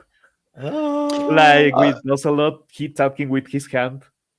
So of course, obviously, Transformers was one of the big ones I recommended. But as I said, this may not be the first book I'm grabbing off my stack when I sit down Wednesday to do my reading, because that may be Space Ghost. Oh. Oh yeah. I'm gonna finally give this a look soon. What's up, Max Redstone? I'm gonna definitely give Space Ghost a look at soon. I'm curious. Look at Zorak. Oh, classic. Oh, that's good. I like that cover. That's Jay Lee. Oh yeah, that is Jay Lee. Yep. He's got a very distinct style. I like that Jay Lee's been very prominent doing covers again lately. That's awesome. Yeah. He's doing covers. Shout out to Jay Lee. Hell yeah, man. That's what's up. Jay Lee. Oh yeah. Oh, that's smoking. I like that. That is a freaking chin. Yeah, Yeah, dude. but Oh, this is to it's a Dragon chin. Ball It's damn good. Z-ish. Yeah, You know, ain't got nothing on him. but it's He good. looks like Frieza going through space. Yeah, but it's good though. So Yeah. Oh, I love this one. I like that too. Oh, like that I just is now ultimate now I classic need right there. now I need Space Ghost in a cowboy hat. That's Michael Cho. Yeah, of course that Michael Cho does killer covers like that. Brett Cohen, I'm off like a bride's nighty. Have fun ever. Hey Brett, thanks for being here, man. Thanks for gifting memberships and all the super chats, and just thank you for your time. I do appreciate it, sir. Have a great night and weekend, and hope to see you again soon. The cursor. Ooh. So This is Metal Virgin, but I feel like this made me unvirginized right here. This reminds me of that. Just saying. yeah, and at this point it's just a lot of, hey, we'll get some black and whites. I see this one. I think you got to get in color. Yeah, it's good. Like, don't get me wrong, it looks like it has that classic TV feel in the black and white, but this looks like the now live in Technicolor. This looks something like I will find on my. I have my grandfather's collection of Popular Mechanic. Oh, and I mean when he was young, so you will understand the kind of ads that you get on those pages. This looks like something that you will find there with a coupon. Space Ghost Coast to Coast, proudly brought to you in color. I like it. I like it a lot. The first one might be my favorite one. Yeah, the first one, the realistic one, actually looks really like Judge Dredd. Judge Dredd. Dude, So the next book, and we've only got 4 books tonight, so we'll just go ahead and jump on to the third one here because this is the finale to a series that I've been checking out and that I know a lot of people are gonna enjoy, especially if you happen to love your crossovers, because we are getting the grand finale to Godzilla vs. Power Rangers. Ooh, oh yeah. wait, the White That I'm Ranger is probably gonna commanding have to check Godzilla? Well, Like he did the yeah, Dragon Sword? Zord, yeah. Got the Green Ranger there too. Ooh. By the way, the fucking Green Ranger gotta be one of the most badass characters ever. Hands He down. blows Hands a down. flute through his helmet, and the thing sounds like a trumpet. I know. Used to pretend with that shit when we were on the playground in school. Yeah, me too. I love this. Diesel's welcome to come back because we'll definitely. I mean, we're gonna have a CJ next week on to promote her Oh, you have it next week? issue of Discord. But we'll definitely later on in the show we'll definitely talk some Transformers. And if Diesel wants to come on, he don't even gotta ask. He'll just say, "Nick, shoot me a link," and like, say no more. Boom. Done, son. That's right. So the last book I have for you guys is is one that I think we've kind of taken a little notice of, and we got little Johnny Quest back. Yeah, I mean, I liked number 1. I can't say that I loved it, but I liked it, and it definitely made me curious to see where this goes. Definitely, once again, much like Flash Gordon, it felt like it stood on its own 2 feet. It felt familiar while pushing its own story forward. And I was like, okay, this basically just feels like it's the characters I know and love, but in a setting that is a little bit more, I'd say maybe slightly PG-13, while still the character's good nature of a G-rated show is still in there. I did enjoy issue 1, so I'm gonna check it out. My goal is I'm gonna give this one the first story arc and then decide if I want to stick around longer. But issue 1 did at least capture my genuine interest. Are you gonna get the Jay Lee cover here? I don't know. I'm not, as much as I like it. Believe it or not, I'm not much of a variant cover guy, historically speaking. I'm in a very major minority. Now, I like a lot of them. I'm just 9 times out of 10. I'm just give me the damn comic, whatever's cover A type of guy. So, which great for my shop because they don't have to worry about me fighting for it. Well, they're all having their little fights and their own little battles and dungeons and all that stuff. I'm like, I'm just over here in my corner, just reading. See, I will sometimes stop and kind of weigh the covers out if they're both on the shelf. If cover A and cover B are there, I'm gonna look and say which one do I like better, and then I'll make my choice. Okay, no, it's fair. It's there, and like I said, there's a lot of ones I like. Trust me when I say it, there's a lot of them that I do like. I just like if I just see whatever's the first thing, I'm so low maintenance with that stuff, and I'm just like, oh, just give me the comic. And my shop loves me for it because all the other guys are fighting over their variants, and they get to compete and duke it out. I'm just like, where's my pizza? I'll take pizza, my comic, and my booze, and we're good. So I don't have pizza for you, but I do have one more thing to show off here, maybe 2. Ooh. Okay. Over the week, I was talking with you guys in our little private chat, and just to let the audience in on this, about comic shop posters. Ooh. And my shop sells theirs for like $1 a piece, which is like the promotional posters that they would normally hang up. And I got one right here that I saw it and I thought of Clobby, and I figured it was a sign. It was calling to me. Oh, yeah. These are like the 24 by 36 big old. Oh, that's a giganto. That is. That's a big that Miracle Man you were showing me? Oh, yeah. It is. Nice. Oh, yeah. Oh, that's nice. Nice. That's Oh, dope. yeah. Oh, that's good. Which, funny. Neil funny Gaiman. this- Man. Yeah, funny this considering that, like, he's kind of a controversial figure at the moment. So I think the shop would be happy to get rid of this. Have you guys ever, if you ever hear Andre from Midnight's Edge say Neil Gaiman on any Midnight's Edge show, the way he says it as Neil Gaiman. And, so one time I sent him a super chat just so he could repeat it, and I wrote KNEEL space GAY-MAN. So yeah, Neil Gaiman. Dude, That's how Andre says it. There you go, Neil Gaiman. Yeah. Iron, you are showing the posters, and I'm just looking at my wall. When they released Avancing Restored, the Magic the Gathering set, I got the poster. So I have the poster that they gave to the store. Oh, dude, those double posters are. There's only one thing that I hate about double posters. You have to buy two. It's literally one-sided. Yeah, yeah, literally. I mean, I got a few others, but maybe I'll show those off for the next couple weeks because. Did someone say Neil? Speaking of Neil, that's who Neil for Sam Jackson and the Hateful Eight.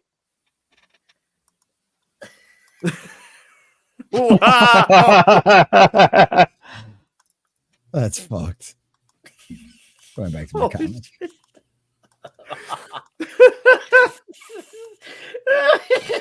Oh, fuck.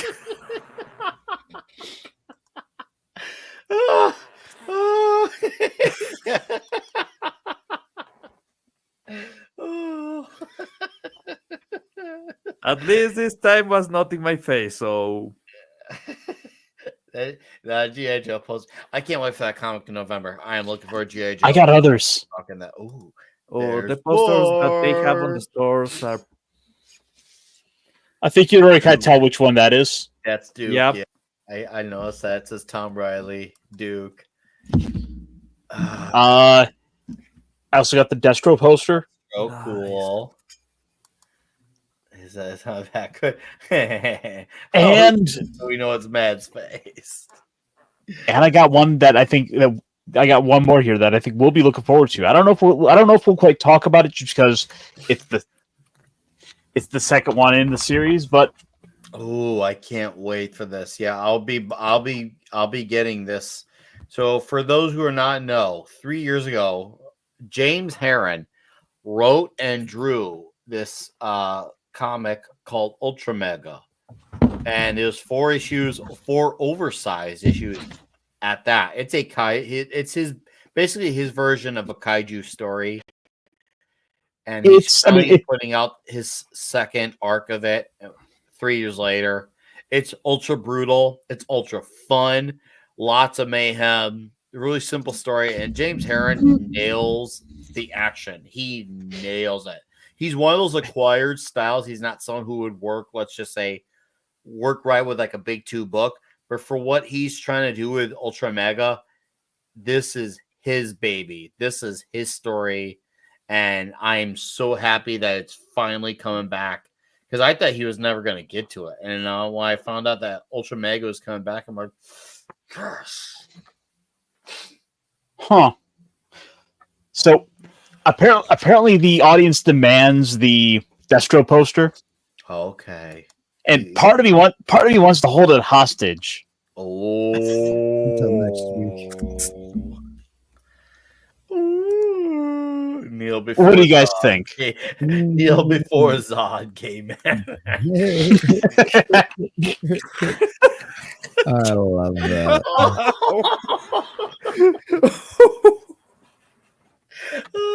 Okay. No.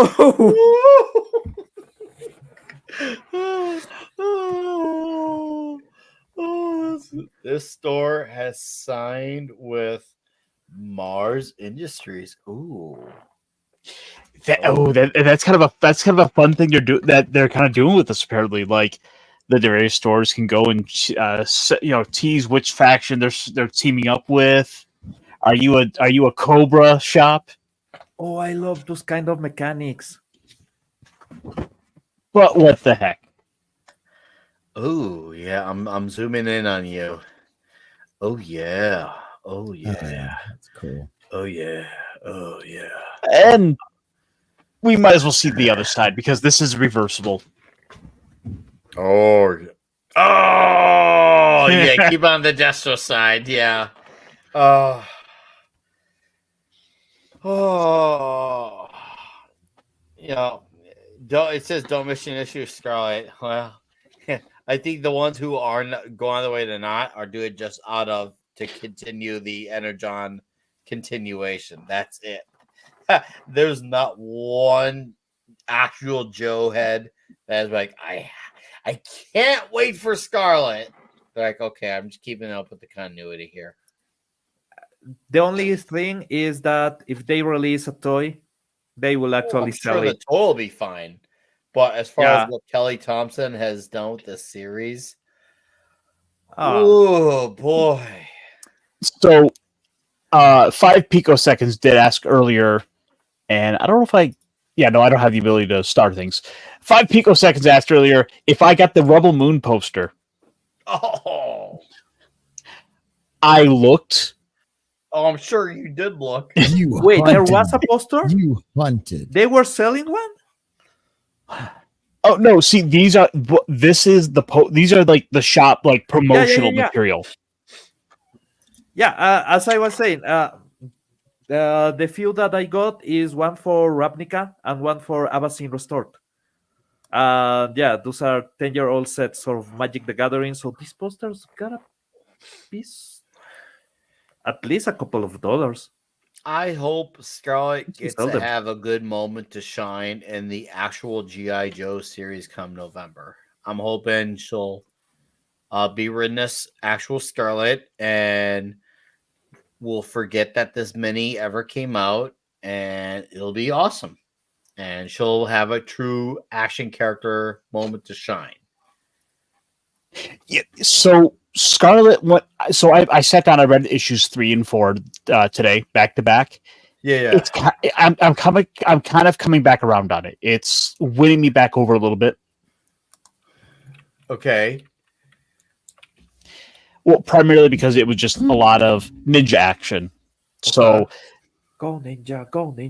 Go. Exactly. Go, Ninja, It- go. like we've got Scarlet kind of swimming with sharks inside of a big facility, inside of a big tank, while she's trying to like go infiltrate to go get to the MacGuffin. Was she naked? Sadly, no. Then I don't care. Very well. It. So I was talking with one of the guys who runs the shop, and we were kind of talking about comic runs. And I was kind of bringing up Transformers and just how and the whole thing about how it's outselling DC. And to which he was saying as he was going through and kind of clearing out a bunch of the unsold comics from like the previous weeks, that they've got almost nothing left of the Transformers books from Skybound. However, he's got like 30 plus of some of the issues of Amazing Spider-Man. Oh, dude. I'll tell you what. So, from what I've seen, my friends from other shops across the country, and I think even mine as well, the few people who are still buying ASM, because it's oddly one of the only Marvel comics that's selling, they're buying it just to complete the run. Yet the irony is no one is talking about it, and the few who are talking about it are not fond of it, have not been fond of it. And I'll admit, I gave it a shot a few years ago. Was it a few years ago? I can't remember. Sorry, but What, Nick? And One word. Paul. oh, dude, one of the absolute worst characters. And it's not a lady character; it's a man, and he's as insufferable as every girl boss ever. Shit. Ever. This Paul guy. Before Flatus go, Flatus, I hope you survive. Remember the coach. You can always beat it. Oh, Yeah, read the chat. busted. It's Pablo. Dude, no. I heard that apparently Zeb Wells is wrapping up the run. I'm like, there's nothing to wrap up. Just get rid of him. And even if they get rid of him, if they actually do and he actually wrap up, it's gonna be someone who's gonna be worse. That's the thing nowadays. They don't look at these things and be like, oh hey, how do we fix this? They look at it as, oh wait, how do we make this even worse? So it's okay. I'm not gonna read it. I tried, and I tried to read what was it? Current year Daredevil. No.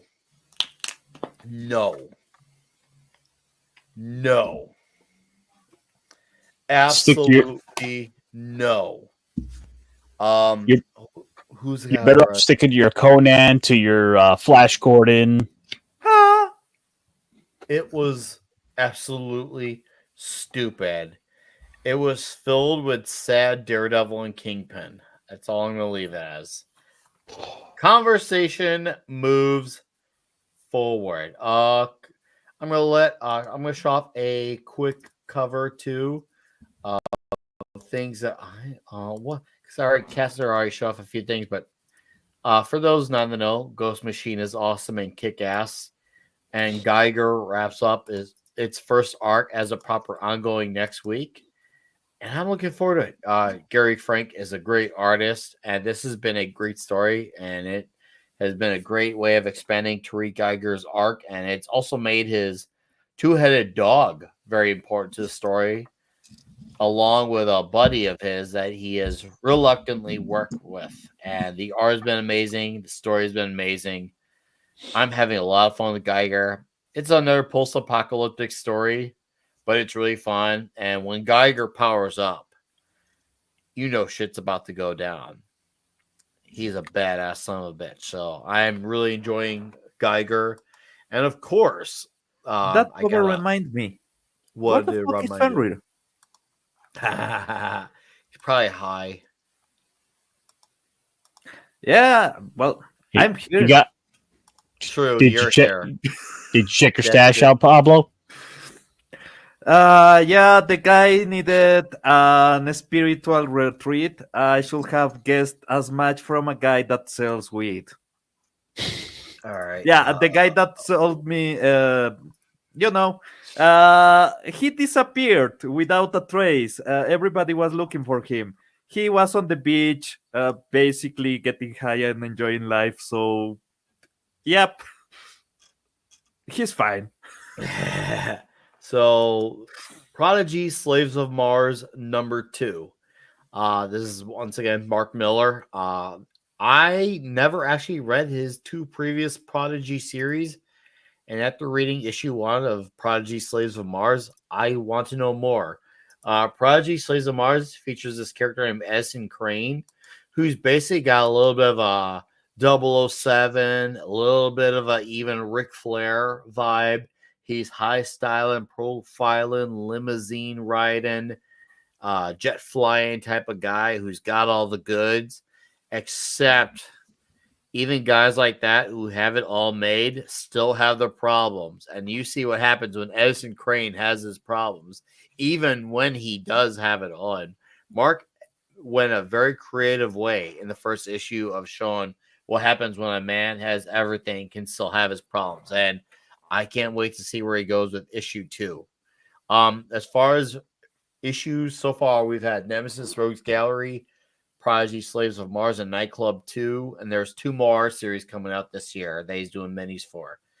Of all the number ones so far, this has been my favorite. Was Prodigy Slaves of Mars #1. Nemesis and Rogues Gallery, Nightclub 2 #1s. Both are great, but Prodigy Slaves of Mars 1 took the cake for me. So I can't wait to see how the story continues, and I'm really fascinated by this Edison Crane character. And look, he's a black man who's badass. Imagine that. A character who doesn't need to be reeled down victim. He's just a guy being awesome and figuring out how he has to deal with, well, problems that people like us deal with, even though he has millions of more dollars. So I'm looking forward to that. And what's up, Brian McCann? How you doing, sir? Oh, he said I bought DC's Monkey Prince Volume 1 and 2 from trying to do a good story, good characters, but they end the series. Unfinished story was. Yep, that's what they do. If you enjoy something, they kind of just take it away from you, man. I mean, that was what happened with my boy Hawkman.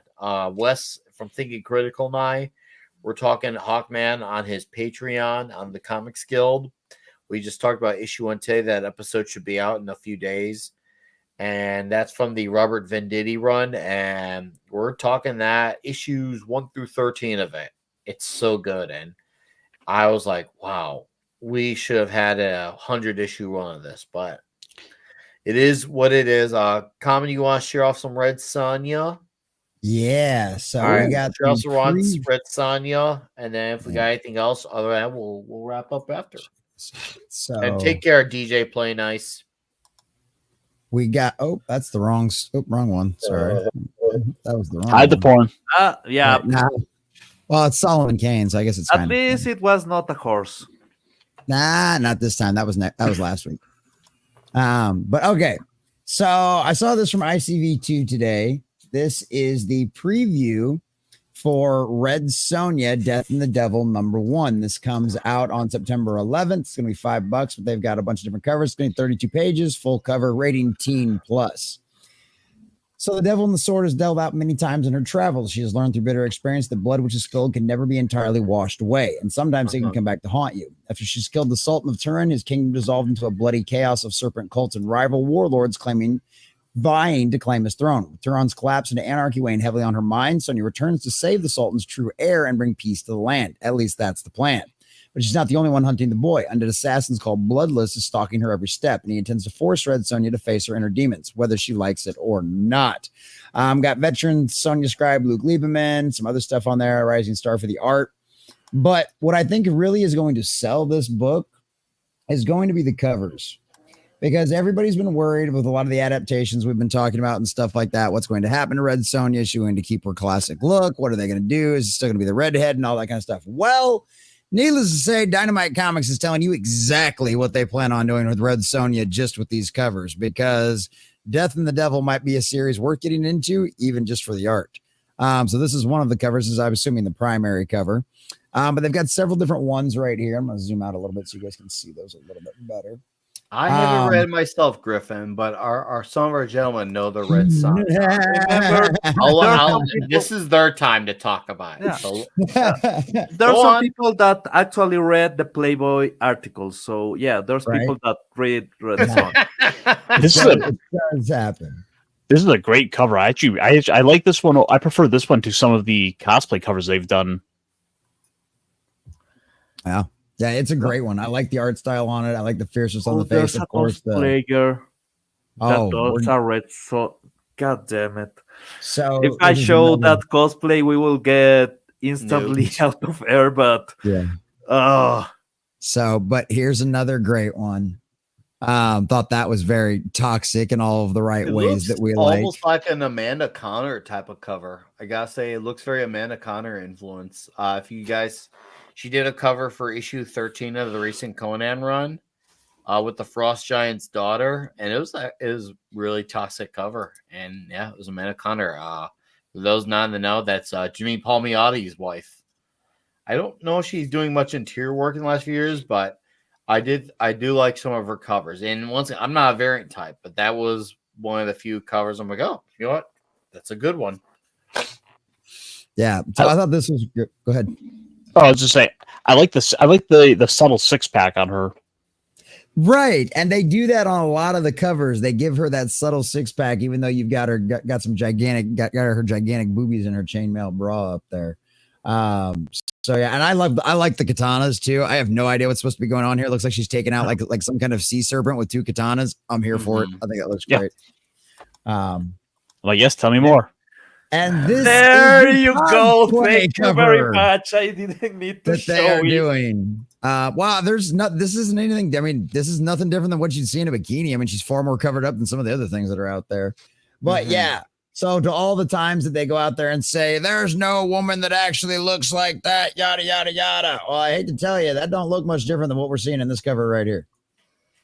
You know what I mean? Like that is a girl who would be believable. And I mean, I don't know if she can act or not, or the shit, but like that's something you would believe. So yeah, so Dynamite's I'm making sure it she very had obvious some what their movies made.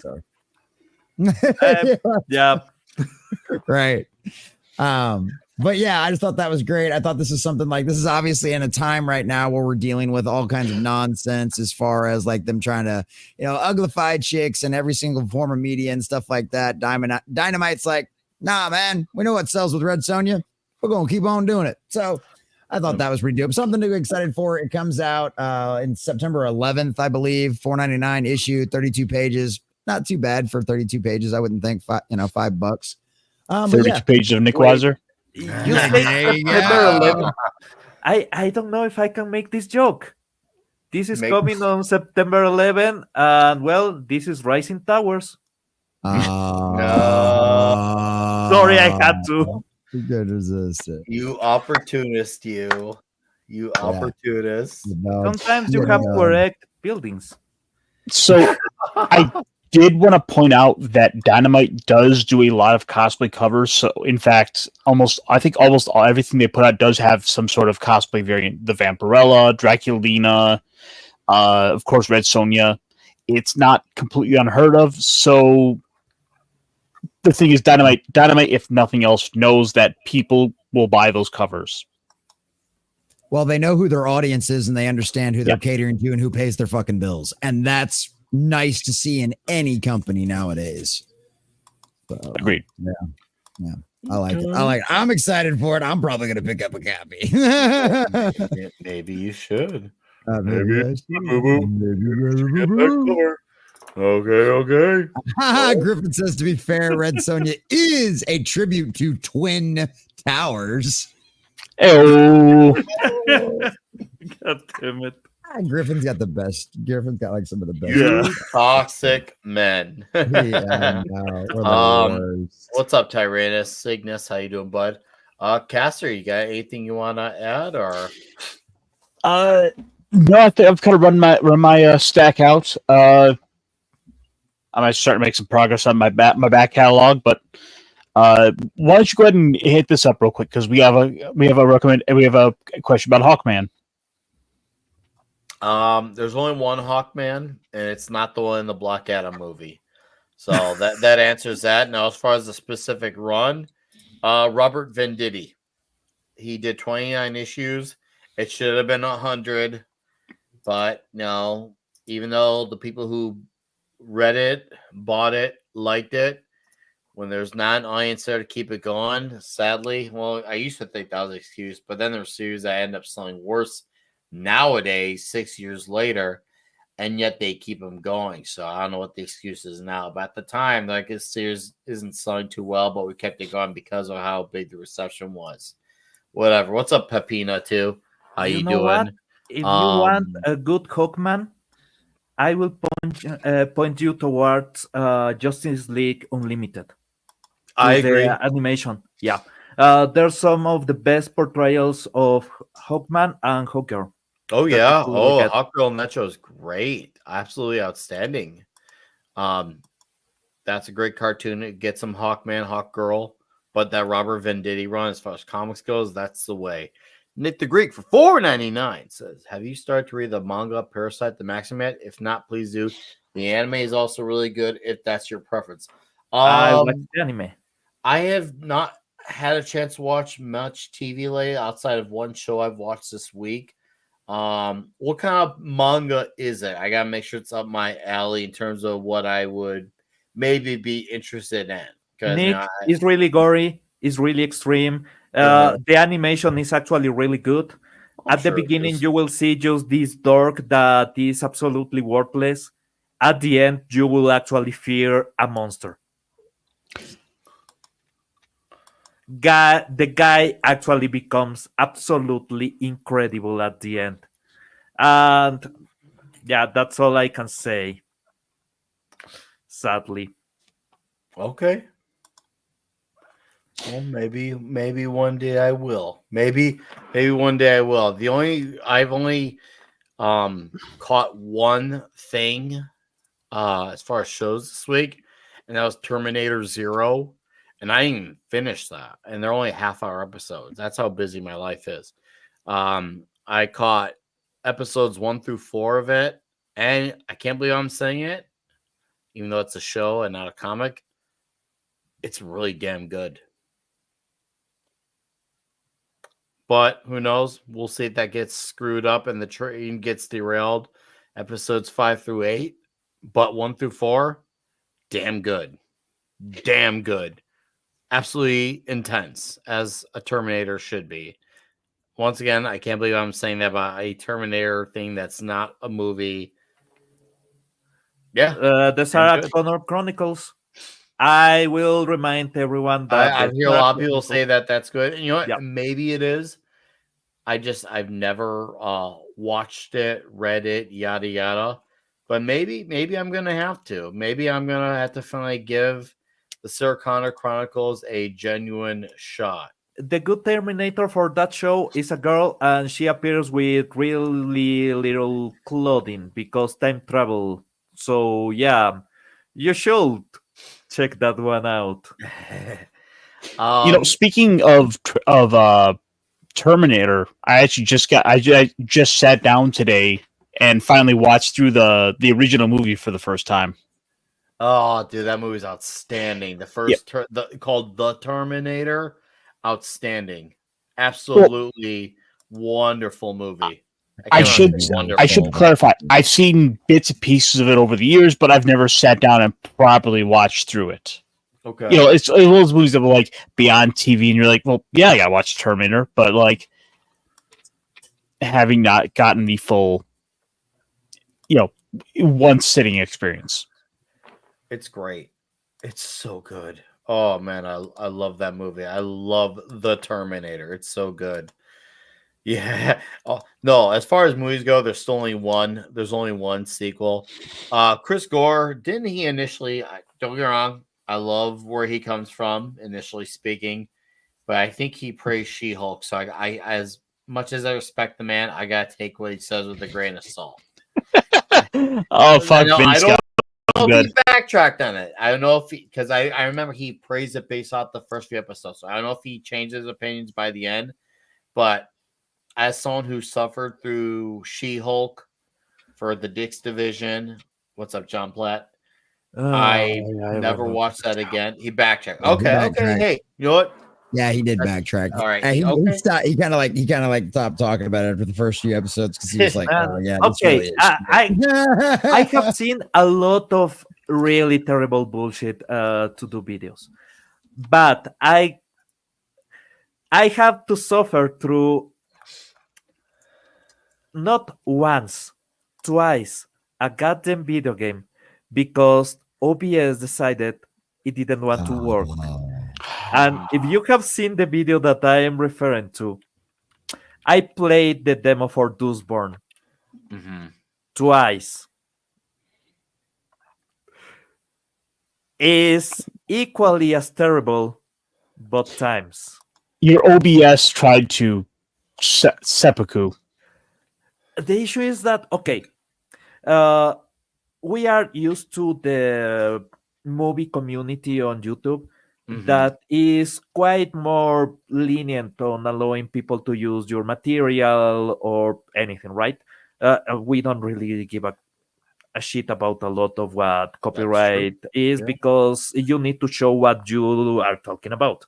Yeah. In gaming, the gameplay is considered ownership of the guy that is playing it on his channel. So if you use that gameplay to do your video, they get really salty.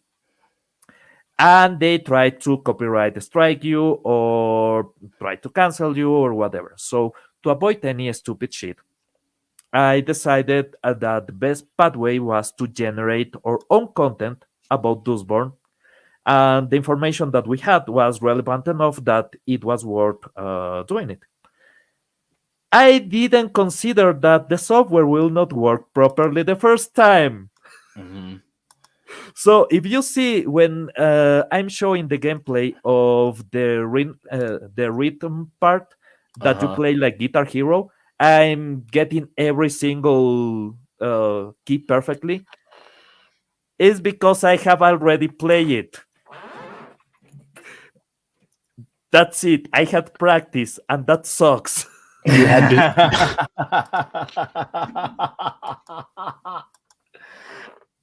Well, I don't know. I just don't There's an know. attack that when you finish it, the black girl that you play as Uh-huh. screams, "Girl power!" Wow.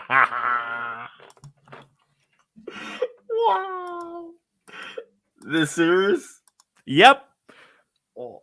that's your special attack. If you want to really do damage to the boss, you have to Uh-huh. use that.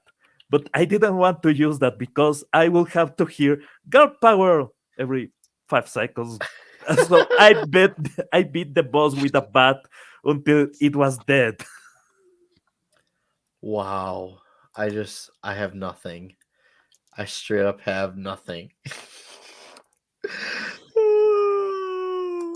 I don't know. I just don't know. Nick the Greek, 4.99 says Geek Tropology gave great summary for Parasite. Find the time to watch Thank you. or read it if you haven't. Both panel chat really worth it, in my opinion. You know what? I'll maybe in the coming weeks, maybe I can at least try to read some of it at the very least. I can try to give you that. Get back to me in a few weeks. I will try to squeeze in time for that. If not, some of these guys have slightly more open time than me. Maybe one of us will, but I can at least say I'll try to make time for it just for you, Nick, because you're such a good dude and you frequent here a lot. So it's the least I can do for a gentleman like you. Well, I know next week we got CJ coming on. So yeah, next week we got to hold off. Yeah, and I know also we'll be talking about Transformers, Geiger, Johnny Quest, yada yada next week. But I do want to get to that one. We'll throw in a time for that one soon, Caster. I don't want to stay for a chat, Because but we will. so for just to kind of let you guys know out there, one of the things we kind of got to see on the back burner are some books to get to reviewing and talking about.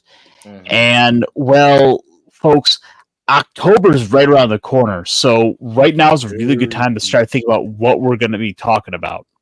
Hellboy. Spooky. I still want to do some Hellboy. Hellboy. Spooky. Yeah, see? Yeah. Pablo remembers. I still want to do Yeah. some Hellboy. As I said last week, if you guys don't want to do the whole Hellboy run, it's 12 issues, so it's not that much.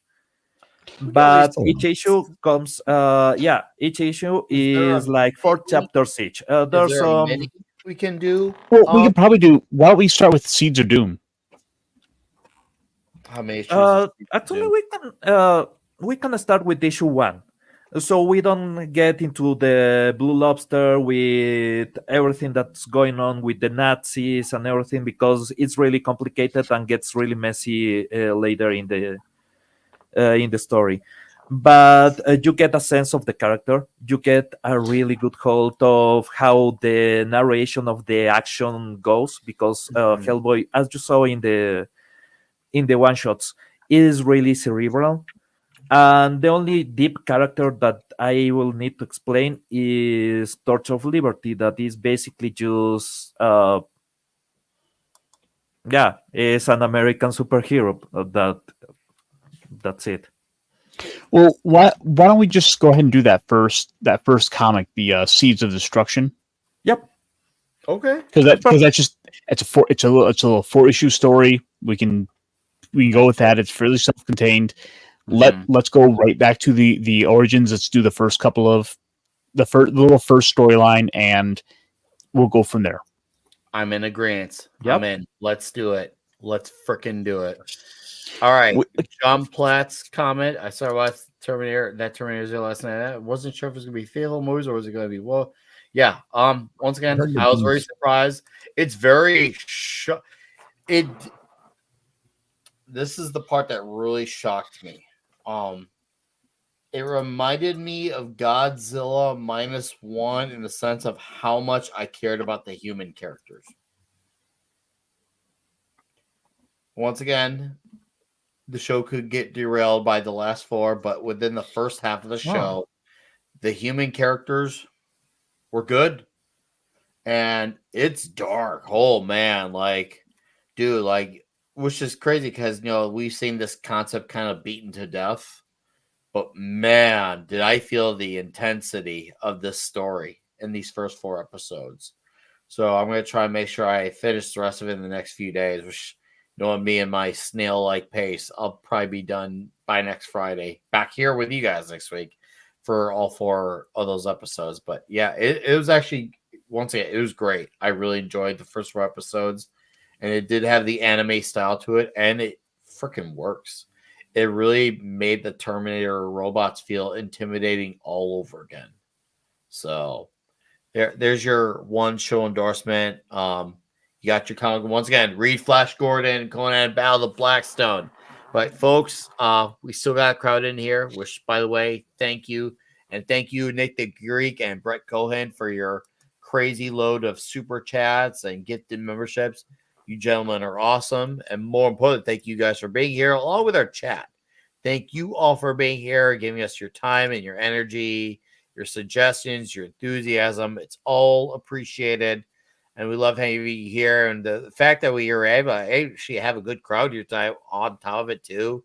We hit 30 plus at a few points as well. And the majority of you are still here 2.5 hours in is freaking awesome. So thank you all for your time, whether it was a little bit, a portion of it, half of it, most of it, all of it. It's all wonderful. So on my channel, I did put out a video yesterday. Go check it out if you haven't at this stream. Other than that, I'll have another one out next week. Next week we'll be here, of course, Comic Shop. We'll have CJ on to talk about her Discord comic, and we'll be talking Fast Times at Ridgemont High for Toxic Tuesday. I'm going to let these gentlemen plug their plugs on the way out. We'll start off with the Common Nerd. Sir, thank you for being here. It was a pleasure to be talking some Huck with you. Absolutely. Yeah, no, this was a blast. This is one of those ones, like I said, I got into it when Clobby was talking about it. I read like the first couple of issues, and yeah, it's really good. I highly recommend it. The art's great. All of that stuff's really fun. Yeah, if you haven't already, come subscribe to my new YouTube channel over there. I'm going live. The algorithm absolutely hates me right now because I was a little bit of a naughty boy. So definitely click the link. You're not going to find me just by looking me up anymore.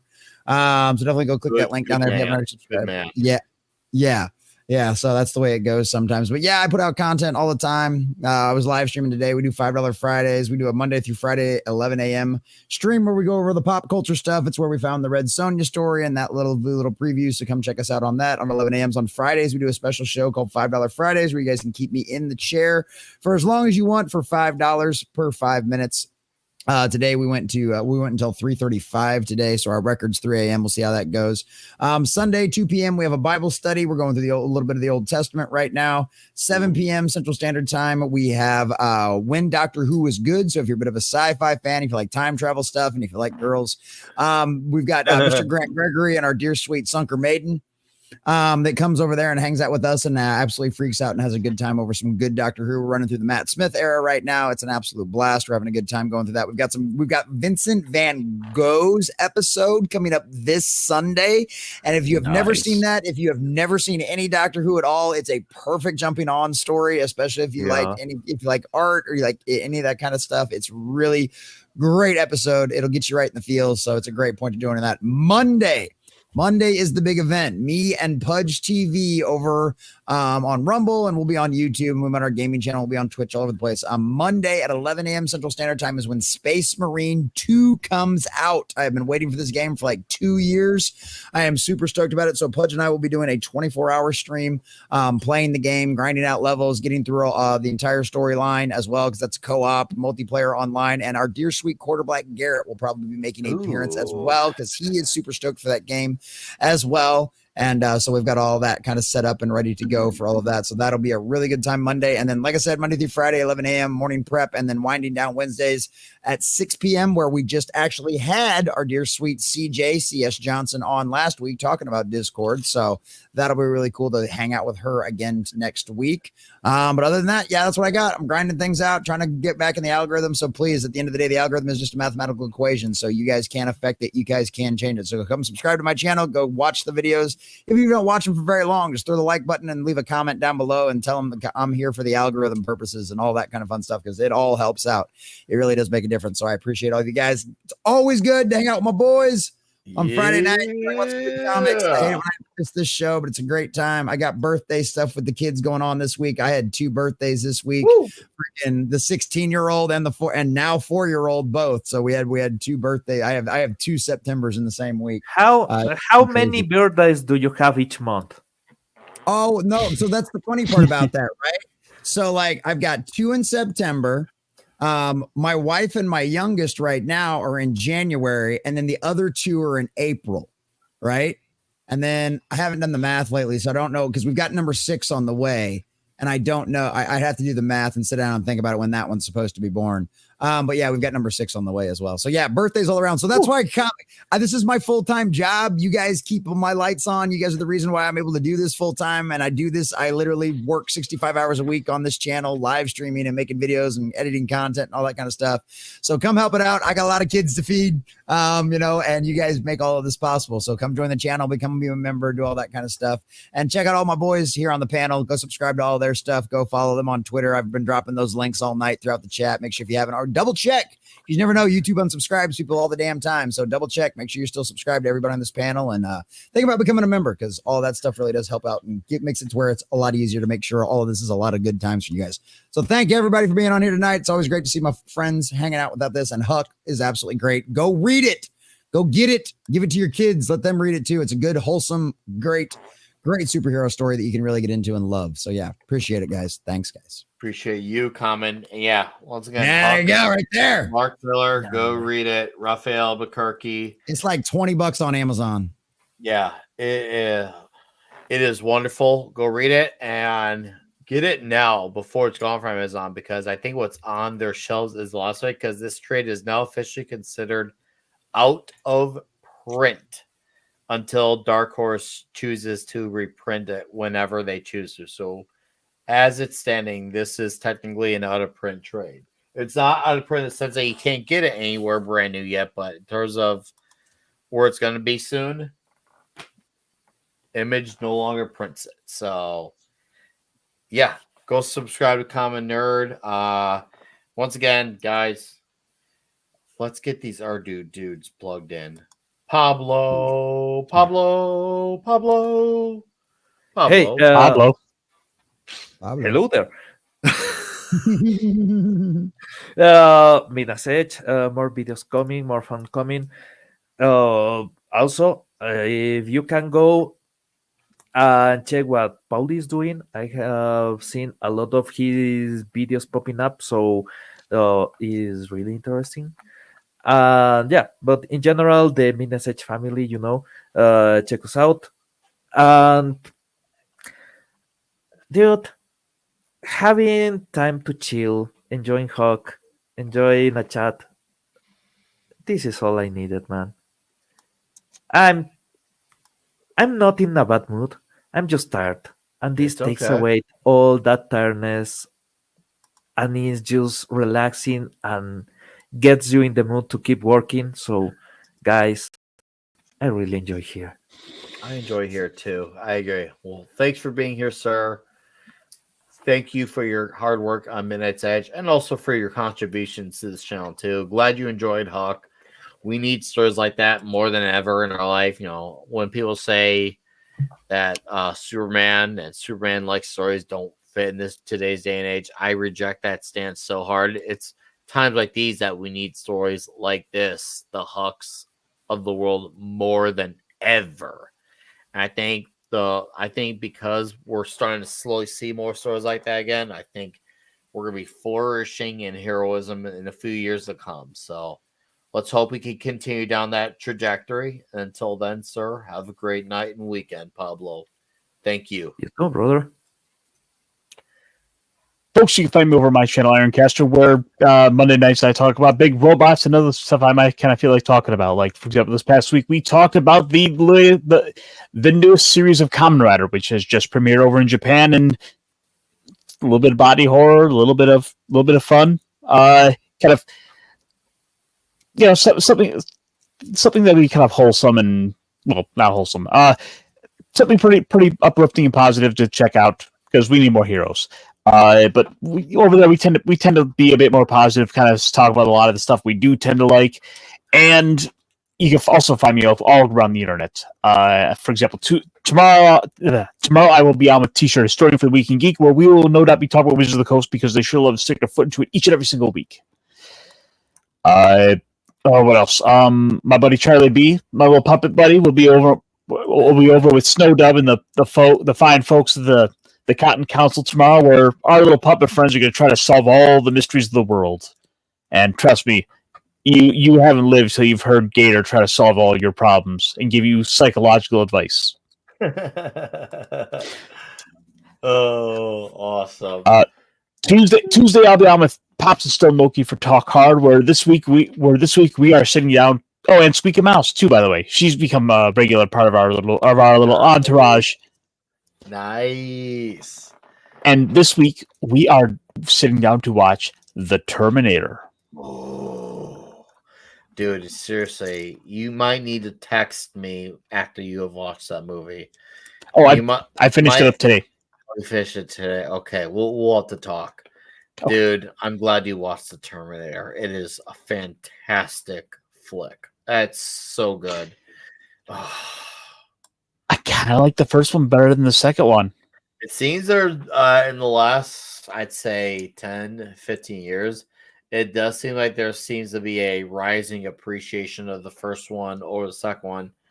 I'd have to rewatch them both. I've always still stood by T2, but I still love the first one, but I'll have to give them a watch again and see where I stand. But right now, I got a Terminator 0 to complete by next week. Assuming that I can even get it completed by next week is the real challenge. So, dude, yeah, I'm glad you watched the Terminator. It's a fantastic 10 out of 10 flick. But chat, thanks for being here. This will redirect to Stone Loki, a.k.a. Loki's Mornings of Mischief. So go hang out with them. Give him my kind regards. Until then, you'll have a great night and weekend. See you all later. Thank you very much.